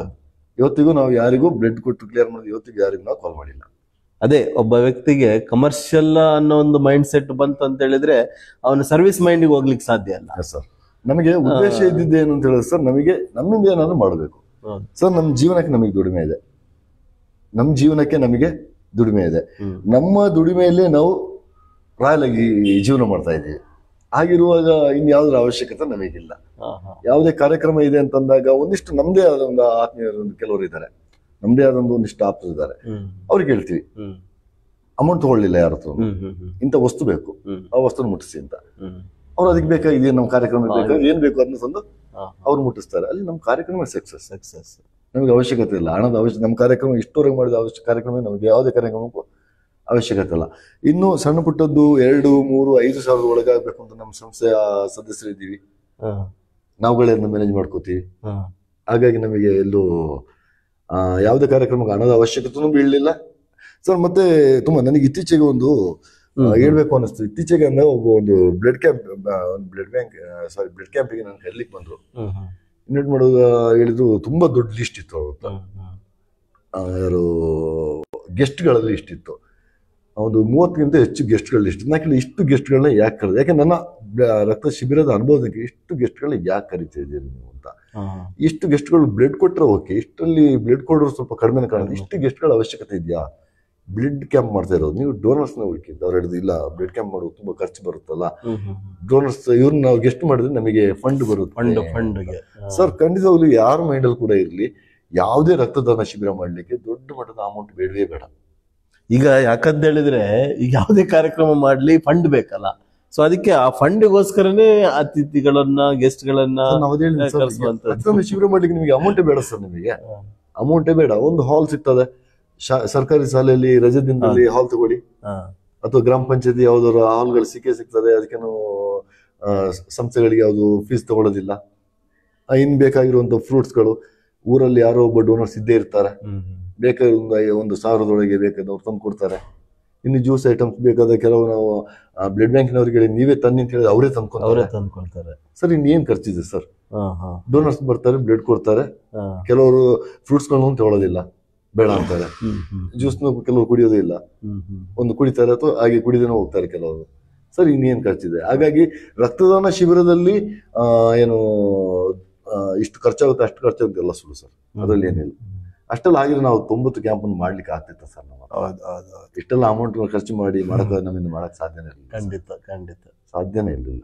ಈಗ ಬ್ಲಡ್ ಕ್ಯಾಂಪ್ಗಳಲ್ಲಿ ಈಗ ಇಷ್ಟೆಲ್ಲ ಆಯ್ತು ಮಾಡಿದಿರಿ, ನಿಮಗೆ ಎಲ್ಲೋ ಒಂದ್ ಕಡೆ ಇಂಥವರಿಗೆ ನಾನು ಬ್ಲಡ್ ಕೊಡ್ಲಿಕ್ಕೆ ವ್ಯವಸ್ಥೆ ಮಾಡ್ಲಿಕ್ಕೆ ಆಗ್ಲಿಲ್ವಲ್ಲ ಅನ್ನೋ ಒಂದು ಕೊರಗು ಯಾವತ್ತಾದ್ರೂ ಬಂದಿದೆಯಾ ಸರ್? ಆಗಿತ್ತು ಸರ್. ಆ ರೀತಿ ಅದೇ ಹೇಳಿದ್ನಲ್ಲ, ದಿನಕ್ಕೆ ಒಂದು 8 ರಿಂದ 10 ಕಾಲ್ಗಳು ಬಂದಾಗ ಅದ್ರಲ್ಲಿ ನಾವು 5 ರಿಂದ 6 ಕ್ಲಿಯರ್ ಮಾಡ್ತೀವಿ. ಆಗುತ್ತೆ. ಯಾಕೆಂತ ಹೇಳಿದ್ರೆ ಇನ್ನೊಂದು 2 ಅಥವಾ 3 ನಮಗೆ ಕೆಲವೊಮ್ಮೆ ಆಗೋದಿಲ್ಲ. ಕೆಲವೊಮ್ಮೆ ಬಾರಿ ಕಷ್ಟ ಇದೆ, 2-3 ಮಾಡ್ಲಿಕ್ಕೆ ನಮ್ಗೆ ಸ್ವಲ್ಪ ಕಷ್ಟ ಇದೆ. ಅವಾಗ ಫೀಲಿಂಗ್ ಆಗುತ್ತೆ, ಯಾಕೆ ಇವರಿಗೆ ನಮಗೆ ಸ್ಪಂದನೆ ಮಾಡ್ಲಿಕ್ಕೆ ಆಗ್ಲಿಲ್ಲ ಅಲ್ಲ ಅಂತ. ಅದು ಮಾಡ್ಲಿಕ್ಕೆ ಆಗಲ್ಲ ಅನ್ನೋ ಕಾರಣ ಕೂಡ ನಾವೇ ಸರ್. ಯಾಕೆಂದ್ರೆ ನಾವು ಇವ್ರು ಕಾಲ್ ಮಾಡಿದಾಗ ಎನಿ ಟೈಮ್ ನಾವು ಅದೇ ಬಿಸಿ ಇದ್ರಲ್ಲಿ ಇರೋದಿಲ್ಲ, ನಮ್ದೇ ಆದ ಕೆಲಸಗಳಲ್ಲಿ ನಾವಿರ್ತೀವಿ. ಮತ್ತೆ ಸರ್ ತುಂಬಾ ಜನಕ್ಕೆ ಕೆಲವರಿಗೆ ಸಿಟ್ಟು ಬರ್ತದೆ, ಕಾಲ್ ಮಾಡಿ ಇವ್ರು ಬ್ಲಡ್ ಅರೇಂಜ್ ಮಾಡ್ಲಿಲ್ಲ ಅಂತ. ಅಂತವ್ರಿಗೆ ಹೇಳ್ತಾ ಇರೋದು ಅಂತ ಹೇಳಿದ್ರೆ, ನಮ್ದು ಯಾವ್ದು ಆಫೀಸ್ ಇಲ್ಲ, ರಕ್ತದಾನ ಕೊಡ್ಲಿಕ್ಕೆ ನಮ್ಮದು ಯಾವ್ದು ಆಫೀಸ್ ಇಲ್ಲ, ಅಥವಾ ನಾವು ಅದಕ್ಕೋಸ್ಕರ ಯಾರೋ ಒಬ್ಬನ ಸಂಬಳ ಕೊಟ್ಟು ಅಥವಾ ಈಗ ಪೇಮೆಂಟ್ ಕೊಟ್ಟು ಯಾರನ್ನೋ ಒಬ್ಬನ ಅಲ್ಲಿ ಕೂರ್ಸ್ಕೊಂಡು ಇಲ್ಲ. ನಾವು ಕೆಲಸದ ಮಧ್ಯದಲ್ಲಿ ಬಂದ ಕಾಲ್ಗಳನ್ನ ತಗೊಳ್ತೀವಿ, ಅವ್ರಿಗೆ ಮಾತಾಡ್ತೀವಿ, ಬ್ಲಡ್ ಬ್ಯಾಂಕ್ ನಾವು ಕಾಂಟ್ಯಾಕ್ಟ್ ಮಾಡ್ತೀವಿ, ಡೋನರ್ಸ್ ಕೊಂಡು ಕಳಿಸ್ಕೊಡ್ತೀವಿ ಸರ್. ಅಷ್ಟು ಬಿಟ್ಟು ಕೆಲವರಿಗೆ ಬರ್ತದೆ, ಇವನು ನಾವು ಕಾಲ್ ಮಾಡಿದ್ವಿ, ರಕ್ತ ಕೇಳಿದ್ವಿ, ಇವನ್ನ ಅಟೆಂಡ್ ಮಾಡ್ಲಿಲ್ಲ ಸರ್. ನಮಗೂ ಸಮಸ್ಯೆ ಇದೆಯಲ್ಲ ಸರ್, ನಮ್ದೇ ಕೆಲಸಗಳಿದೆ. ಅದ್ರ ಮಧ್ಯದಲ್ಲಿ ಒಂದಿಷ್ಟು ಟೈಮ್ ನಾವು ಮೊದಲೇ ಹೇಳಿದ್ವಿ, ಒಂದಿಷ್ಟು ಟೈಮ್ ನಾವು ಸಮಾಜ ಕೊಡ್ತಾ ಇದೀವಿ. ಸಂಪೂರ್ಣ ಟೈಮ್ ಕೊಡ್ಲಿಕ್ಕೆ ಆಗೋದಿಲ್ಲ ಸರ್. ಅಲ್ಲ, ಒಂದು ಇಷ್ಟರಲ್ಲಿ ನಿಮಗೆ ನೀವು ಬ್ಲಡ್ ಅವ್ರಿಗೆ ಕೇಳಿರ್ತಾರೆ, ನೀವು ಕೊಡಕ್ ಸಾಧ್ಯ ಆಗದೆ ಇರ್ಬೋದು, ಅವರನ್ನ ಕಾಂಟ್ಯಾಕ್ಟ್ ಮಾಡಕ್ ಸಾಧ್ಯ ಆಗದೆ ಇದ್ದಂತ ಪಕ್ಷದಲ್ಲಿ ಅವ್ರ ಜೀವನ ಕಳ್ಕೊಂಡಿರೋಂತ ಸ್ಥಿತಿಗತಿಗಳು ಯಾವ್ದಾದ್ರು? ಇಲ್ಲ, ಅಂತದ್ದು ಯಾವ್ದು ಆಗಿಲ್ಲ. ಅಂತದ್ದು ಆಗ್ಲಿಕ್ಕೆ ಅಂತ ಕ್ರಿಟಿಕಲ್ ಇದ್ದಾಗ ನಾವು ಯಾವ್ದು ಬಿಟ್ಕೊಡ್ಲಿಲ್ಲ. ಅಂತ ಕ್ರಿಟಿಕಲ್ ಪರಿಸ್ಥಿತಿ, ಅಂತ ಪರಿಸ್ಥಿತಿ ನಮಗೆ ಇದುವರೆಗೆ ಅಂತ ಕ್ರಿಟಿಕಲ್ ಆಗಿದೆ ಅನ್ನುವಂಥದ್ದು ಯಾವ್ದು ಕೂಡ ನಮಗೆ ಸಿಗ್ಲಿಲ್ಲ ಸರ್. ಅಂತದ್ದು ಯಾವ್ದು ಬಂದಿಲ್ಲ. ಈಗ ಒಂದು ಬ್ಲಡ್ ಬ್ಯಾಂಕ್ ಅಲ್ಲಿ ಈಗ ಒಂದ್ಸಲ ತಗೊಂಡಿದ್ದ ಬ್ಲಡ್ ಅನ್ನ ಎಷ್ಟು ದಿನ ಸ್ಟೋರ್ ಮಾಡ್ಬೋದು? 30 ದಿನ ಸರ್.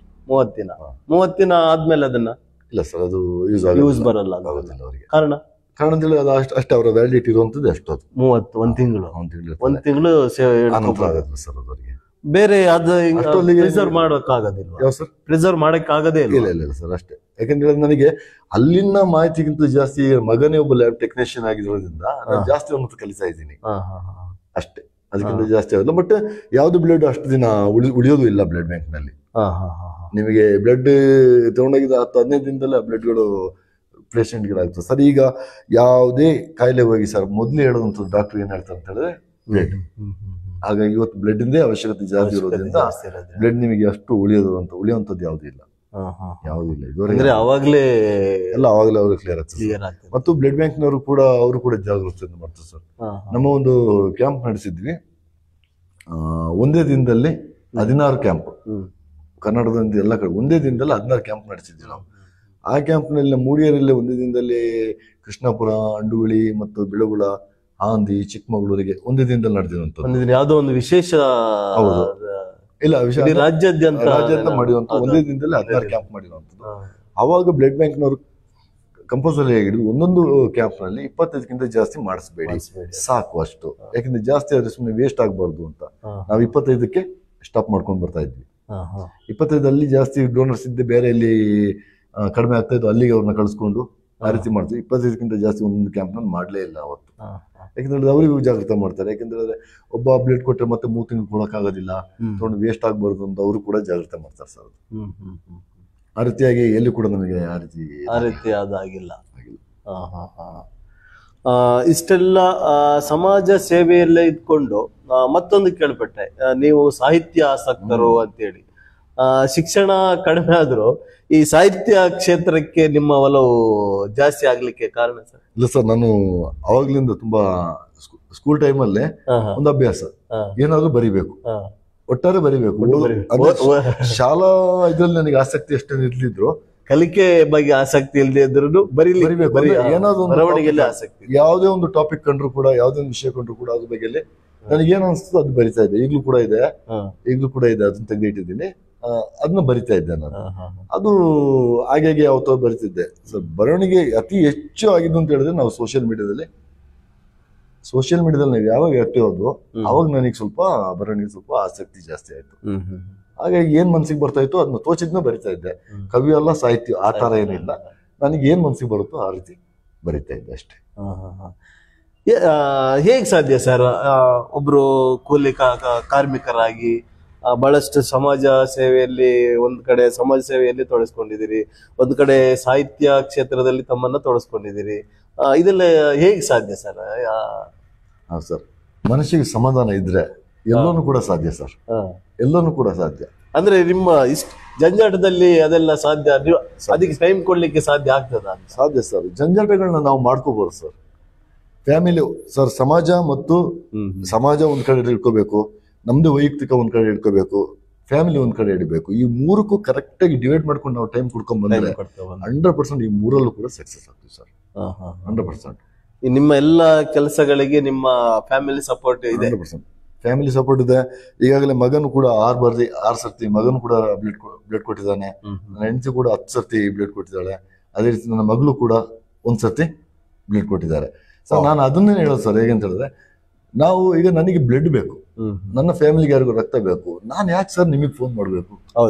ನನ್ನ ಮನೆ ಒಳಗಿಂದ ಬ್ಲಡ್ ಕೊಡ್ಸೋಣ, ನನ್ನ ಮನೆ ಒಳಗೆ ನನ್ನ ತನ ಅನ್ನೋದು ಬೇಕು. ನಾನು ಹೇಳೋದು ನನ್ನ ಮನೆ ಒಳಗೆ ಅವ್ರನ್ನ ಹೇಳೋಣ, ಅಮ್ಮನಿಗೆ ಬ್ಲಡ್ ಬೇಕಲ್ಲ, ನಾನು ಅವ್ರನ್ನ ಯಾಕೆ ನೀನೇ ಕೊಡು ಅಂತ ಹೇಳ್ಬೇಕು. ಅಲ್ಲೂ ಆಗ್ಲಿಲ್ಲ, ಅವ್ರು ಯಾವ್ದೋ ಸಮಸ್ಯೆ ಇಲ್ಲೋ ಓಕೆ, ನನ್ನ ಕುಟುಂಬದವ್ರನ್ನ ಸಂಪರ್ಕ ಮಾಡ್ಬೇಕು. ಅದು ಆಗ್ಲಿಲ್ಲ, ನನಗೆ ಅಂತ ಒಂದಿಷ್ಟು ಆಪ್ತರು ಇರ್ತಾರೆ, ಸ್ನೇಹಿತರು, ಅವ್ರನ್ನ ಸಂಪರ್ಕ ಮಾಡ್ಬೇಕು. ಇಲ್ಲಿ ಎಲ್ಲಿಯೂ ಸಿಗದಿದ್ದಾಗ ಮಾತ್ರ ನಿಮ್ಮ ಹತ್ರ ಬರ್ಬೇಕು. ಇಲ್ಲಿ ಏನಾಗ್ತದೆ ಅಂತ ಸರ್, ಬ್ಲಡ್ ಬೇಕು ಅಂತ ಡಾಕ್ಟರ್ ಹೇಳಿದ ತಕ್ಷಣ ಒಂದು ಮೆಸೇಜ್, ಅದು ತುರ್ತಾಗಿ ನನಗೆ ರಕ್ತ ಬೇಕಿದೆ, ಈ ನಂಬರಿಗೆ ಕರೆ ಮಾಡಿ ಅಂತ.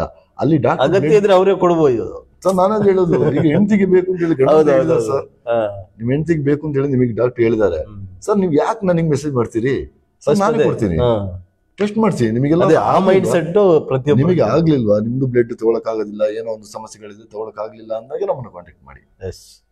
ನಿಮಗೆ ಹೇಳಿದ ತಕ್ಷಣ ನೀವೇನ್ ಮಾಡ್ತೀರಾ, ವಾಟ್ಸಪ್ ಅಲ್ಲಿ ಟೈಪ್ ಮಾಡ್ತೀರಾ, ಮೆಸೇಜ್ ಮಾಡ್ತೀರಾ, ಸರ್ ಒಂದು ಬ್ಲಡ್ ಬೇಕು, ತುರ್ತಾಗಿ ಬೇಕು. ಡಾಕ್ಟರ್ ಹೇಳಿರಲ್ಲ, ಬ್ಲಡ್ ಬೇಕು ಅಂದಿರ್ತಾರೆ, ತುರ್ತಾಗಿ ಬೇಕು, ನಮಗೂ ತುರ್ತು ಮಾಡಿ ಇಡ್ತಾರೆ. ಆ ರೀತಿ ಮೊದಲು ಮನೆ ಒಳಗಿಂದ ಸ್ಟಾರ್ಟ್ ಮಾಡೋಣ ಸರ್. ಕುಟುಂಬಕ್ಕೆ, ಫ್ಯಾಮಿಲಿಗೆ.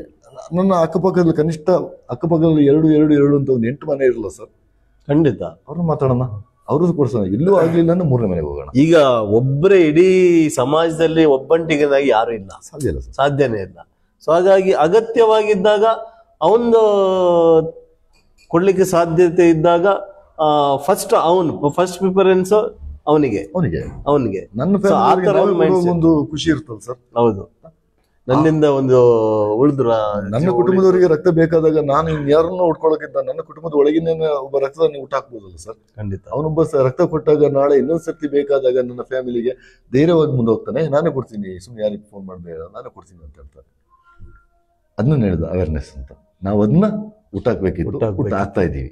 ನೋಡಿದ್ರ ವೀಕ್ಷಕರೇ, ಬಹುಶಃ ಇವರ ಮಾತಲ್ಲಿ ಬಹಳ ಚೆನ್ನಾಗಿ ಹೇಳಿದ್ರು. ಯಾಕಂತ ಹೇಳಿದ್ರೆ ಫಸ್ಟ್ ಈಗ ತುರ್ತಾಗಿ ರಕ್ತ ಬೇಕು ಅಂದಾಗ ಇವ್ರನ್ನ ಹುಡ್ಕೋ ಬದಲು ನನ್ನತನ ಏನು ಅನ್ನೋಂಥದ್ದು ಅಲ್ಲಿ ಮುಖ್ಯ ಆಗ್ತದೆ ಅನ್ನುವಂಥದ್ದು. ಬಹುಶಃ ಈ ಒಂದು ವಿಚಾರ ಪ್ರತಿಯೊಬ್ಬರಿಗೂ ಅನ್ವಯ ಆಗ್ತದೆ. ಯಾವುದೇ ಒಂದು ತುರ್ತು ಸಂದರ್ಭದಲ್ಲಿ ಇದ್ದಂತ ಸಂದರ್ಭಗಳಲ್ಲೂ ಸಹ ಅಷ್ಟೇ, ನಮ್ಮಿಂದ ಎಷ್ಟು ಸಾಧ್ಯನೋ ಅಷ್ಟು ನಾವು ಸಮಾಜಕ್ಕೆ ಆಗ್ಲಿ ಕುಟುಂಬಕ್ಕಾಗ್ಲಿ ಒಂದಷ್ಟು ಒಳಿತನ್ನ ಮಾಡ್ಲಿಕ್ಕೆ ನಾವು ಪ್ರಯತ್ನವನ್ನ ಪಟ್ರೆ ಇಡೀ ಸಮಾಜದ ಜೊತೆಗೆ ನಾವು ಒಂದು ಶುಭ್ರವಾದಂತ ಒಂದು ಸ್ವಾಸ್ಥ್ಯ ಸಮಾಜದ ನಿರ್ಮಾಣಕ್ಕೆ ನಾವು ಒಬ್ರು ಕಾರಣ ಆಗ್ತೀವಿ ಅಂತ ಹೇಳಿ ಇವರ ಮಾತುಗಳಲ್ಲಿ ಕಂಡು ಬಂತು. ಅಲ್ತಾಫ್ ಅವರೇ, ಬಹಳಷ್ಟು ಬ್ಲಡ್ ಬ್ಯಾಂಕ್ ನ ಮುಖಾಂತರವಾಗಿ ಮಗನಿಗೂ ಒಂದು ವಿಚಾರಗಳನ್ನ ಅದೇ ವೃತ್ತಿಯನ್ನು ಸಹ ಕೊಡಿಸಿದಿರಿ, ಅದು ಮಾಡ್ತಿದ್ದಾರೆ. ಇಡೀ ನಿಮ್ಮ ಫ್ಯಾಮಿಲಿ ಒಂದು ಬ್ಲಡ್ ಬ್ಯಾಂಕ್ ಅಂತಾನೆ ಆಗಿದೆ. ಮುಂದಿನ ದಿನಗಳಲ್ಲಿ ನಮ್ಮ ವೀಕ್ಷಕರಿಗೆ ಈ ಬ್ಲಡ್ ಕೊಡುವಂತ ವಿಚಾರಗಳಲ್ಲಿರ್ಬೋದು ಅಥವಾ ಸಮಾಜ ಸೇವೆ, ಬೇರೆ ಬೇರೆ ವಿಚಾರಗಳಲ್ಲಿ ಸಮಾಜ ಸೇವೆಯನ್ನು ಮಾಡುವಂಥದ್ದು. ಯಾಕಂತ ಹೇಳಿದ್ರೆ ನೀವು ಒಂದಷ್ಟು ಎಲೆಮರೆ ಕಾಯಿಯಂತೆ ಇರುವಂತವರು, ಯಾವುದೇ ಒಂದು ಪ್ರಚಾರವನ್ನ ಬಯಸದೇ ಇರುವಂತವರು, ಅಂತ ಒಂದು ಸಮಾಜ ಸೇವೆಯಲ್ಲಿ ಬಹುಶಃ ಪ್ರತಿಯೊಬ್ಬ ಸಮಾಜ ಸೇವಕನು ಸಹ ಪ್ರಚಾರವನ್ನ ಬಯಸಬಾರ್ದು. ಪ್ರಚಾರವನ್ನ ಬಯಸಿದ್ರೆ ಅದು ಸೇವೆ ಆಗೋದಿಲ್ಲ, ಸೊ ಅದು ಕಮರ್ಷಿಯಲ್ ಆಗ್ತದೆ. ಸೊ ಹಾಗಾಗಿ ಒಂದಷ್ಟು ಸಮಾಜಕ್ಕೆ ಒಂದು ಸಮಾಜ ಮುಖಿಯಾಗಿ ತಮ್ಮನ್ನು ತೊಡಗಿಸಿಕೊಳ್ಳುವಂತಹ ಯುವ ಮನಸ್ಸುಗಳಿಗೆ ನಿಮ್ಮ ಮಾತುಗಳು ಕೊಡೋದಾದ್ರೆ ಏನ್ ಕೇಳ್ತೀರಿ ಸರ್? ಸರ್, ಮೊದಲನೇದು ಸಮಾಜ ಸೇವೆ ಅಂತ ಹೇಳಿದ್ರೆ ನನಗೆ ಮನಸ್ಸಿಗೆ ಒಪ್ಪಿಗೆ ಆಗುವಂತ ಯಾವುದೇ ಕಾರ್ಯನೂ ಮಾಡಬೇಕು, ಅದನ್ನ ನಾನು ತೃಪ್ತಿ ಪಡಬೇಕು. ಸರ್, ನಾನು ಅಲ್ತಾಫ್ ಬೀಳ್ಗೊಳ ಅನ್ನೋರ್ನ ಸಮಾಜ ಸೇವಕನೋ ಅಥವಾ ಇನ್ನು ಒಳ್ಳೆ ಕೆಲಸ ಮಾಡ್ತಾನಂತ ಇನ್ಯಾರೋ ನನಗೆ ಹೇಳ್ಬೇಕು ಅನ್ನೋದು ಬಿಟ್ರೆ ನಾನೇ ಅದನ್ನ ಟ್ಯಾಗ್ಲೈನ್ ಮಾಡ್ಕೋಬಾರ್ದು. ನನ್ನ ಫೇಸ್ಬುಕ್ ಗೋಡೆಯಲ್ಲೋ, ನನ್ನ ವಾಟ್ಸಪ್ನಲ್ಲೋ, ನನ್ನ ವೆಹಿಕಲ್ ಮೇಲೇನೋ, ನನ್ನ ಮನೆ ಮುಂದೆನೋ ಸಮಾಜ ಸೇವಕ ಅಲ್ತಾಫ್ ಬೀಳ್ಗೊಳ ಅಂತ ನಾನು ಮೊದಲನೇದು ಅದು ನಾನು ಉಳ್ಕೊಳ್ಬಾರ್ದು. ನಾನ್ ಮಾಡ್ತಿರೋ ಕೆಲಸ ಒಳ್ಳೇದೋ ಸರಿಯೋ ತಪ್ಪೋ ಅನ್ನೋಂಥ ವಿಮರ್ಶೆ ಮಾಡ್ಲಿಕ್ಕೆ ಬೇರೆಯವ್ರಿಗೆ ಅವಕಾಶ ಇರಬೇಕು ಮೊದಲನೇದು. ಇನ್ನು ಸಮಾಜ ಸೇವೆ ಮಾಡ್ಬೇಕು ಅಂತ ಹೇಳಿದಾಗ ಇವತ್ತೇನಾಗಿದೆ ಅಂತ ಹೇಳಿದ್ರೆ ಸಮಾಜ ಸೇವೆ ಹೆಸರಿನಲ್ಲಿ ಹಣ ಏನೋ ಡೊನೇಷನ್ ಯಾವುದೇ ಅವಶ್ಯಕತೆ ಇಲ್ಲ ಸರ್. ಯಾವುದೇ ರೀತಿಯ ಸಮಾಜ ಸೇವೆ ಮಾಡ್ಲಿಕ್ಕೂ ಕೂಡ ಹಣದ ಅವಶ್ಯಕತೆ ಇಲ್ಲ. ನಮಗೆ ಪುರ್ಸೋತಿದೆ ಅಂತ ಅಂದಾಗ ನಾವು ಆ ಕೆಲಸನ ಮಾಡ್ಬೋದು. ಅದೇ ಒಂದು ದಾರಿಲಿ ಹೋಗ್ತಾ ಇದ್ದಾಗ ಒಂದು ಮುಳ್ಳು ಸಿಗ್ತದೆ, ಸೈಡ್ಗೆ ಹಾಕೋದು ಅದು ಸಮಾಜ. ಸರ್, ಎರಡು ದಿನದ ಹಿಂದೆ ನಡೆದಿದ್ದು ಇಲ್ಲೇ ನಮ್ಮ ಬೀಳ್ಗೊಳದ ಮಸೀದಿ ಮುಂದ್ಗಡೆ ಅಲ್ಲೊಂದು ಯಾವ್ದೊಂದು 50 ವರ್ಷದ ಹಳೆ ಯಾವ್ದೊಂದು ವಿದ್ಯುತ್ ಕಂಬ ಕಟ್ಟಾಗಿತ್ತು, ಹೋಗಿತ್ತು, ಅದು ಪಕ್ಕದ ಬೇರೆ ಆಗಿದ್ದು. ಅದೇನು ಸ್ವಲ್ಪ ಇಲ್ಲಿ ತಾಗ್ತಾ ಇತ್ತು, ಅಲ್ಲಿ ಸ್ಕೂಲ್ಗೆ ಹೋಗೋ ಮಕ್ಕಳಿಗೆ, ಮದ್ರಸೆ ಮಕ್ಕಳಿಗೆ ಅಥವಾ ವೆಹಿಕಲ್ ಸ್ವಲ್ಪ ಸೈಡಿಗೆ ಬಂದಾಗ ಟೈರ್ ಗಾಡಿ ಅಂತ ಆಗ್ತಾ ಇತ್ತು. ಅಲ್ಲೇ ಇದ್ರು ಹಸೀನಾರ್ ಅಂತ, ಅಬ್ದುಲ್ ರೆಹಮಾನ್, ನಾನು, ನಮ್ಮ ಎಲ್ಲ ಇದ್ರು, ಏನ್ ಬೇಕು ವ್ಯವಸ್ಥೆಗಳೆಲ್ಲ ಇತ್ತು, ಅಲ್ಲಿ ಮಿಷನ್ ಎಲ್ಲ ಇತ್ತು, ತಂದು ಮಾಡ್ತಿದ್ವಿ, ಕ್ಲೀನ್ ಮಾಡಿದ್ವಿ. ಅದರಿಂದ ಇನ್ಯಾರಿಗೂ ಉಪಯೋಗ ಆಯ್ತು. ಇಷ್ಟೇ ಸರ್, ಅದಕ್ಕೇನು ಖರ್ಚಾಯ್ತಾ? ಪುರ್ಸೊತ್ತಾಗಿ ನಾವು ಇದ್ವಿ, ಅಲ್ಲಿ ಮಾಡಿದ್ವಿ. ನಾವಿಲ್ಲ ಅಂತ ಹೇಳಿದ್ರೆ ಇಲ್ಲ, ಇದ್ವಿ, ನಾವು ಮಾಡಿದ್ವಿ. ಇಷ್ಟೇ ಸರ್ ಸಮಸ್ಯೆ ಅಂತ ಹೇಳಿದ್ರೆ. ಇದರಲ್ಲಿ ಏನಿಲ್ಲ. ಮತ್ತು ಯಾವುದೇ ರೀತಿ ಒಳ್ಳೆ ಕೆಲಸ ಮಾಡ್ಲಿಕ್ಕೆ ಇಳಿಬೇಕು. ಮತ್ತೆ ಒಳ್ಳೆ ಕೆಲಸ ಯಾವುದೇ ಮಾಡುವಾಗ ಮೊದಲನೇದು ನನ್ನ ಜಾತಿ ಧರ್ಮ ಅನ್ನೋದು ಇದೆಯಲ್ಲ, ಅದನ್ನ ಚಪ್ಪಲಿ ಧರ್ಮ ಅಂತ ಹೊರಗಡೆ ಬಿಟ್ಟು ಹೋಗಬೇಕು. ಹೊರಗಡೆ ಬಿಟ್ಟು ಇದ್ರೊಳಗೆ ಬಂದಾಗ ನಾವು ಈ ಒಂದು ಮೈಂಡ್ ಸೆಟ್ ಅಲ್ಲೇ ಇರಬೇಕು. ಬಿಟ್ರೆ ಅಲ್ಲಿ ಧರ್ಮ ಮತ್ತು ಜಾತಿನ ಹೇಳ್ತಾ ಇರಬಾರ್ದು. ಮತ್ತೆ ಹೊರಗಡೆ ಹೋಗ್ಬೇಕು ಅಂತ ಹೇಳಿದ ಚಪ್ಪಲಿನ ಹಾಕೊಂಡು ಹೋಗ್ಬೋದು, ಇಲ್ಲಾಂದ್ರೆ ಅಲ್ಲಿ ಬಿಟ್ಟು ಹೋಗ್ಬೋದು. ಅದು ಇದ್ರೊಳಗೆ ಆ ಒಂದು ಮೈಂಡ್ ಸೆಟ್ ನಲ್ಲಿ ಇರೋ ದಯವಿಟ್ಟು ಸಮಸ್ಯೆ ಮಾಡ್ಲಿಕ್ಕೆ ಸಾಧ್ಯ ಇಲ್ಲ. ಯಾಕೆಂದ್ರೆ ಅವಾಗ ಒಂದ್ ಸೈಡ್ ಹೋಗ್ತದೆ ಸಮಸ್ಯೆ. ಈಗ ನಾವು ರಕ್ತ ಕೊಡುವ ಅಂದಾಗ ಎಲ್ಲರಿಗೂ ನಾವು ಬೇಕಾದ ವ್ಯವಸ್ಥೆ ಮಾಡಬೇಕು. ಇಲ್ಲ, ನಾನೊಬ್ಬ ಮುಸಲ್ಮಾನ್ ಆಗಿದ್ದೀನಿ, ನನ್ನವರಿಗೆ ಮಾಡ್ತೀನಿ ಕೊಡ್ತೀನಿ ಅಂತ ಹೇಳಿದ್ರೆ ಅದು ಸಮಸ್ಯೆ ಆಗುತ್ತೆ, ಅದು ಕೋಮವಾದ ಆಗುತ್ತೆ. ಅದು ಕೋಮವಾದ, ಅದಕ್ಕೆ ಹೆಸರು ಕೋಮವಾದ ಅಂತ ಆಗುತ್ತೆ. ಸಮಸ್ಯೆ ಅಂತ ಅನ್ಸ್ಕೊಳ್ಳೋದಿಲ್ಲ. ಅದು ಸಮಾಜ ಅಂತ ಹೇಳಿದ್ರೆ ಎಲ್ಲ ಮೊದಲು ಹೇಳಿದೆ ನಿಮಗೆ, ಯಾರೇ ಕರೆ ಮಾಡಿದ್ರು ಕೂಡ ಅವರ ಹೆಸರನ್ನ ಕೇಳೋದಿಲ್ಲ. ಅವ್ರ ಹೆಸರು ಕೇಳೋದು, ಅವ್ರಿಗೆ ಬೇಕಾಗಿರೋದೇನು ಬ್ಲಡ್, ಯಾವ ಹಾಸ್ಪಿಟಲ್, ಮತ್ತು ಅವ್ರ ನಂಬರ್ನು ಸೇವ್ ಮಾಡ್ಕೊಳ್ಳೋದು. ಇದನ್ನ ನಾನು ಮೊದಲು ಹೇಳಿದೆ ನಿಮಗೆ. ಅವಶ್ಯಕತೆನೇ ಇಲ್ಲ ನಮಗೆ ಪುರ್ಸೋತ್. ನಾನು ಮೊದಲೇ ಹೇಳಿದ್ದೆ, ಪುರ್ಸೋತಿದ್ದಾಗ ಮಾಡುವಂಥವ್ರು ನಾವು. ನಮ್ಮ ಕೆಲಸ ಕಾರ್ಯಗಳ ಮಧ್ಯದಲ್ಲಿ ನಾವು ನಮಗೆ ಸಾಧ್ಯವಾಗಿದ್ದು ನಾವು ಮಾಡುವಂಥವ್ರು ನಾವು. ಅದಕ್ಕೋಸ್ಕರ ನಮ್ಮ ಫುಲ್ ಜೀವನ ಮೀಸಲಿಡುವಂಥವ್ರು ಅಲ್ಲ ನಾವು. ಸಮಯ ಸಿಕ್ಕಿದ್ರೆ ಮಾಡ್ತೀವಿ. ಈಗ ಅಲ್ತಾಫ್ ಅವರಿಗೆ ಯಾವುದೋ ಒಂದು ಭವಿಷ್ಯಕ್ಕೆ ಒಂದೊಳ್ಳೆ ಸ್ಟ್ಯಾಂಡ್ ಆಗುವಂತಹ ಒಂದು ವೃತ್ತಿ, ಆ ವೃತ್ತಿಯನ್ನ ಮಾಡ್ತಾ ಇರ್ತೀರಿ. ಎಲ್ಲೋ ಒಂದು ಕಡೆ ಬ್ಲಡ್ ಬೇಕು, ಈಗ ನನ್ನ ಹತ್ರನಿದೆ ಅಂತೇಳಿ ನೀವೇ ಹೋಗಿ ಕೊಡುವಂತ ಬ್ಲಡ್, ಅದರಲ್ಲಿ ನೀವು ಯಾವ್ದನ್ನ ಹಾಕೊಳ್ತೀರಾ? ವೃತ್ತಿನ ಆಯ್ಕೆ ಮಾಡ್ಕೊಳ್ತೀರಾ ಅಥವಾ ಬ್ಲಡ್ ಕೊಡ್ಲಿಕ್ಕೆ ಹೋಗ್ತೀರಾ? 100% ಬ್ಲಡ್ ಸರ್. ಆ ಟೈಮಿಗೆ ಅದೇ ಹೇಳಿ, ನಾನು ನನ್ನ ಕೆಲಸದ ಮಧ್ಯೆ ನಾನು ಮಾಡ್ತೀನಿ ಅಂತ ಹೇಳಿದ್ನಲ್ಲ. ಅಲ್ಲಲ್ಲ, ಆ ಕೆಲಸ ನಿಮಗೆ ಒಂದಷ್ಟು ನಿಮ್ಮ ಜೀವನಕ್ಕೆ ಒಂದು ಭದ್ರ ಬುನಾದಿಯನ್ನು ಹಾಕೊಡುವಂತ ಕೆಲಸ ಅದು. ಅದನ್ನ ಬಿಟ್ಟು ಬ್ಲಡ್ ಕೊಡಕ್ ಹೋಗ್ತಿರೋ? ಬ್ಲಡ್ ಕೊಡ್ಲಿಕ್ಕೆ ಹೋಗ್ತೀನಿ ಸರ್. ಯಾಕಂತ ಹೇಳಿದ್ರೆ ಆ ಕೆಲಸ ನಾಳೆ ಕೂಡ ಸಿಗ್ಬೋದು ನನಗೆ, ಬಟ್ ಜೀವ ಹೋದ್ರೆ ಮತ್ತೆ ಸಿಗೋದಿಲ್ಲ. ಹಾಗಾಗಿ ನಾನು ಬ್ಲಡ್ ಕೊಡ್ಲಿಕ್ಕೆ ಹೋಗ್ತೀನಿ ಆ ಟೈಮಿಗೆ. 100%. Thank you. ಬಹಳಷ್ಟು ವಿಚಾರಗಳನ್ನ ಮಾತಾಡಿದ್ರಿ ಸರ್. ಪ್ರಿಯ ವೀಕ್ಷಕರೇ, ಇಲ್ಲಿಯವರೆಗೆ ಟೈಟ್ಲೆ ಬ್ಲಡ್ ಬ್ಯಾಂಕ್ ಅಲ್ತಾಫ್ ಅಂತೇಳಿ ಮೂಡಿಗೆರೆ ಮಾತ್ರ ಅಲ್ಲ, ಸುತ್ತಮುತ್ತಲಿನ ಯಾವುದೇ ಪ್ರದೇಶದಿಂದಲೂ ಸಹ ತುರ್ತಾಗಿ ರಕ್ತ ಬೇಕು ಅಂತ ಅಂದಾಗ ಒಂದಷ್ಟು ಸ್ಪಂದಿಸುವಂತಹ ಮನಸ್ಸುಗಳಲ್ಲಿ ಮುಂಚೂಣಿಯಲ್ಲಿರುವಂತದ್ದು ನಮ್ಮ ಅಲ್ತಾಫ್ ಬಿಳುಗುಳ ಅವರು. ಬಹುಶಃ ಬಹಳಷ್ಟು ರಕ್ತದಾನ ಶಿಬಿರಗಳ ಮುಖಾಂತರವಾಗಿ ಅನೇಕ ಜೀವಗಳಿಗೆ ಒಂದಷ್ಟು ಜೀವ ರಕ್ಷಕನಾಗಿ ಬಂದಂತವರು, ಜೊತೆಗೆ ಸಮಾಜ ಸೇವೆಯಲ್ಲಿ ತಮ್ಮನ್ನ ತೊಡಗಿಸಿಕೊಂಡಂತವರು. ಕೇವಲ ರಕ್ತ ಮಾತ್ರ ಅಲ್ಲ, ಶಿಕ್ಷಣ ಕ್ಷೇತ್ರಕ್ಕೆ ಅದೇ ರೀತಿಯಾಗಿ ನಿರ್ಗತಿಕರ ಒಂದು ಉದ್ಧಾರಕ್ಕೋಸ್ಕರವಾಗಿ ತಮ್ಮದೇ ಆದಂತ ಒಂದು ಪೀಸ್ ಅಂಡ್ ಅವೇರ್ನೆಸ್ ಟ್ರಸ್ಟ್ ನ ಮುಖಾಂತರವಾಗಿ ಒಂದಷ್ಟು ಯುವ ಸಮುದಾಯಗಳನ್ನ, ಸಮಾನ ಮನಸ್ಕರನ್ನ ಒಗ್ಗೂಡಿಸ್ಬಿಟ್ಟು ಅವರಿಂದ ಒಂದಷ್ಟು ಜಾಗೃತಿ ಸಮಾಜಕ್ಕೆ, ಯಾಕಂತ ಹೇಳಿದ್ರೆ ಇತ್ತೀಚಿನ ಒಂದು ಸಮಾಜಕ್ಕೆ ಜಾಗೃತಿ ಅನ್ನುವಂಥದ್ದು ಅತ್ಯವಶ್ಯಕ. ಆ ಜಾಗೃತ ಸಮಾಜಕ್ಕೆ ಜಾಗೃತವಂತ ಯುವ ಮನಸ್ಸುಗಳನ್ನ ಕಟ್ಟಿಕೊಡುವಲ್ಲಿ ನಮ್ಮ ಅಲ್ತಾಫ್ ಬಿಳುಗುಳ ಅವರು. ಬಹುಶಃ ಇವರ ವಿಚಾರಗಳನ್ನ ಮಾತಾಡ್ತಾ ಹೋದ್ರೆ ಇನ್ನೂ ಬಹಳಷ್ಟು ಟೈಮ್ ಬೇಕು. ಆಗ್ಲಿ ಒಂದಷ್ಟು ಸಮಯದಲ್ಲಿ ಈ ದಿನ ನಮ್ಮ ಸ್ಟುಡಿಯೋಕ್ಕೆ ಬಂದು ನಮ್ಮೊಂದಿಗೆ ಒಂದಷ್ಟು ರಕ್ತದಾನ ಶಿಬಿರ ಹಾಗೇನೆ ಸಮಾಜ ಸೇವೆಯಲ್ಲಿ ತಮ್ಮನ್ನ ತೊಡಗಿಸಿಕೊಂಡಂತವರು ಅಲ್ತಾಫ್ ಬಿಳುಗುಳ ಅವರು. ಪ್ರಿಯ ವೀಕ್ಷಕರೇ, ಇಂತಹ ಒಂದು ಸಮಾಜ ಮುಖಿ ಆಗುವಂತಹ ಸೇವೆಯನ್ನ ಮಾಡ್ತಾ ಇರುವಂತವರು ನಿಮ್ಮ ಊರುಗಳಲ್ಲೂ ಇರಬಹುದು. ಎಲೆಮರೆಕಾಯಿ ಅಂತೆ ಅವರ ಸೇವೆಗಳು ಕಾಣ್ತಾ ಇರ್ತವೆ. ಸೊ ಅಂತಹ ಎಲೆಮರೆಕಾಯಿ ಅಂತಿರುವಂತಹ ಸಮಾಜಕ್ಕೆ ಪೂರಕವಾಗಿ, ಸಮಾಜಕ್ಕೆ ಒಳಿತನ್ನೇ ಬಯಸುವಂತ ಒಂದಷ್ಟು ಮನಸ್ಸುಗಳು, ಒಂದಷ್ಟು ವ್ಯಕ್ತಿಗಳು ನಿಮ್ಮ ಕಣ್ಮುಂದೆ ಇದ್ದೇ ಇರ್ತಾರೆ. ಸೊ ಅಂತವರನ್ನ ನಮಗೆ ತಿಳಿಸ್ಕೊಡಿ, ಅವರನ್ನ ಒಂದಷ್ಟು ಸಮಾಜಕ್ಕೆ ಪರಿಚಯಿಸುವಂತ ಕೆಲಸವನ್ನ ನಾವು ಮಾಡ್ತೀವಿ ಅಂತ ಹೇಳ್ತಾ ಇಲ್ಲಿಗೆ ಈ ಒಂದು ಸಂದರ್ಶನವನ್ನ ಮುಗಿಸ್ತಾ ತುಂಬಾ ಧನ್ಯವಾದಗಳು ಸರ್.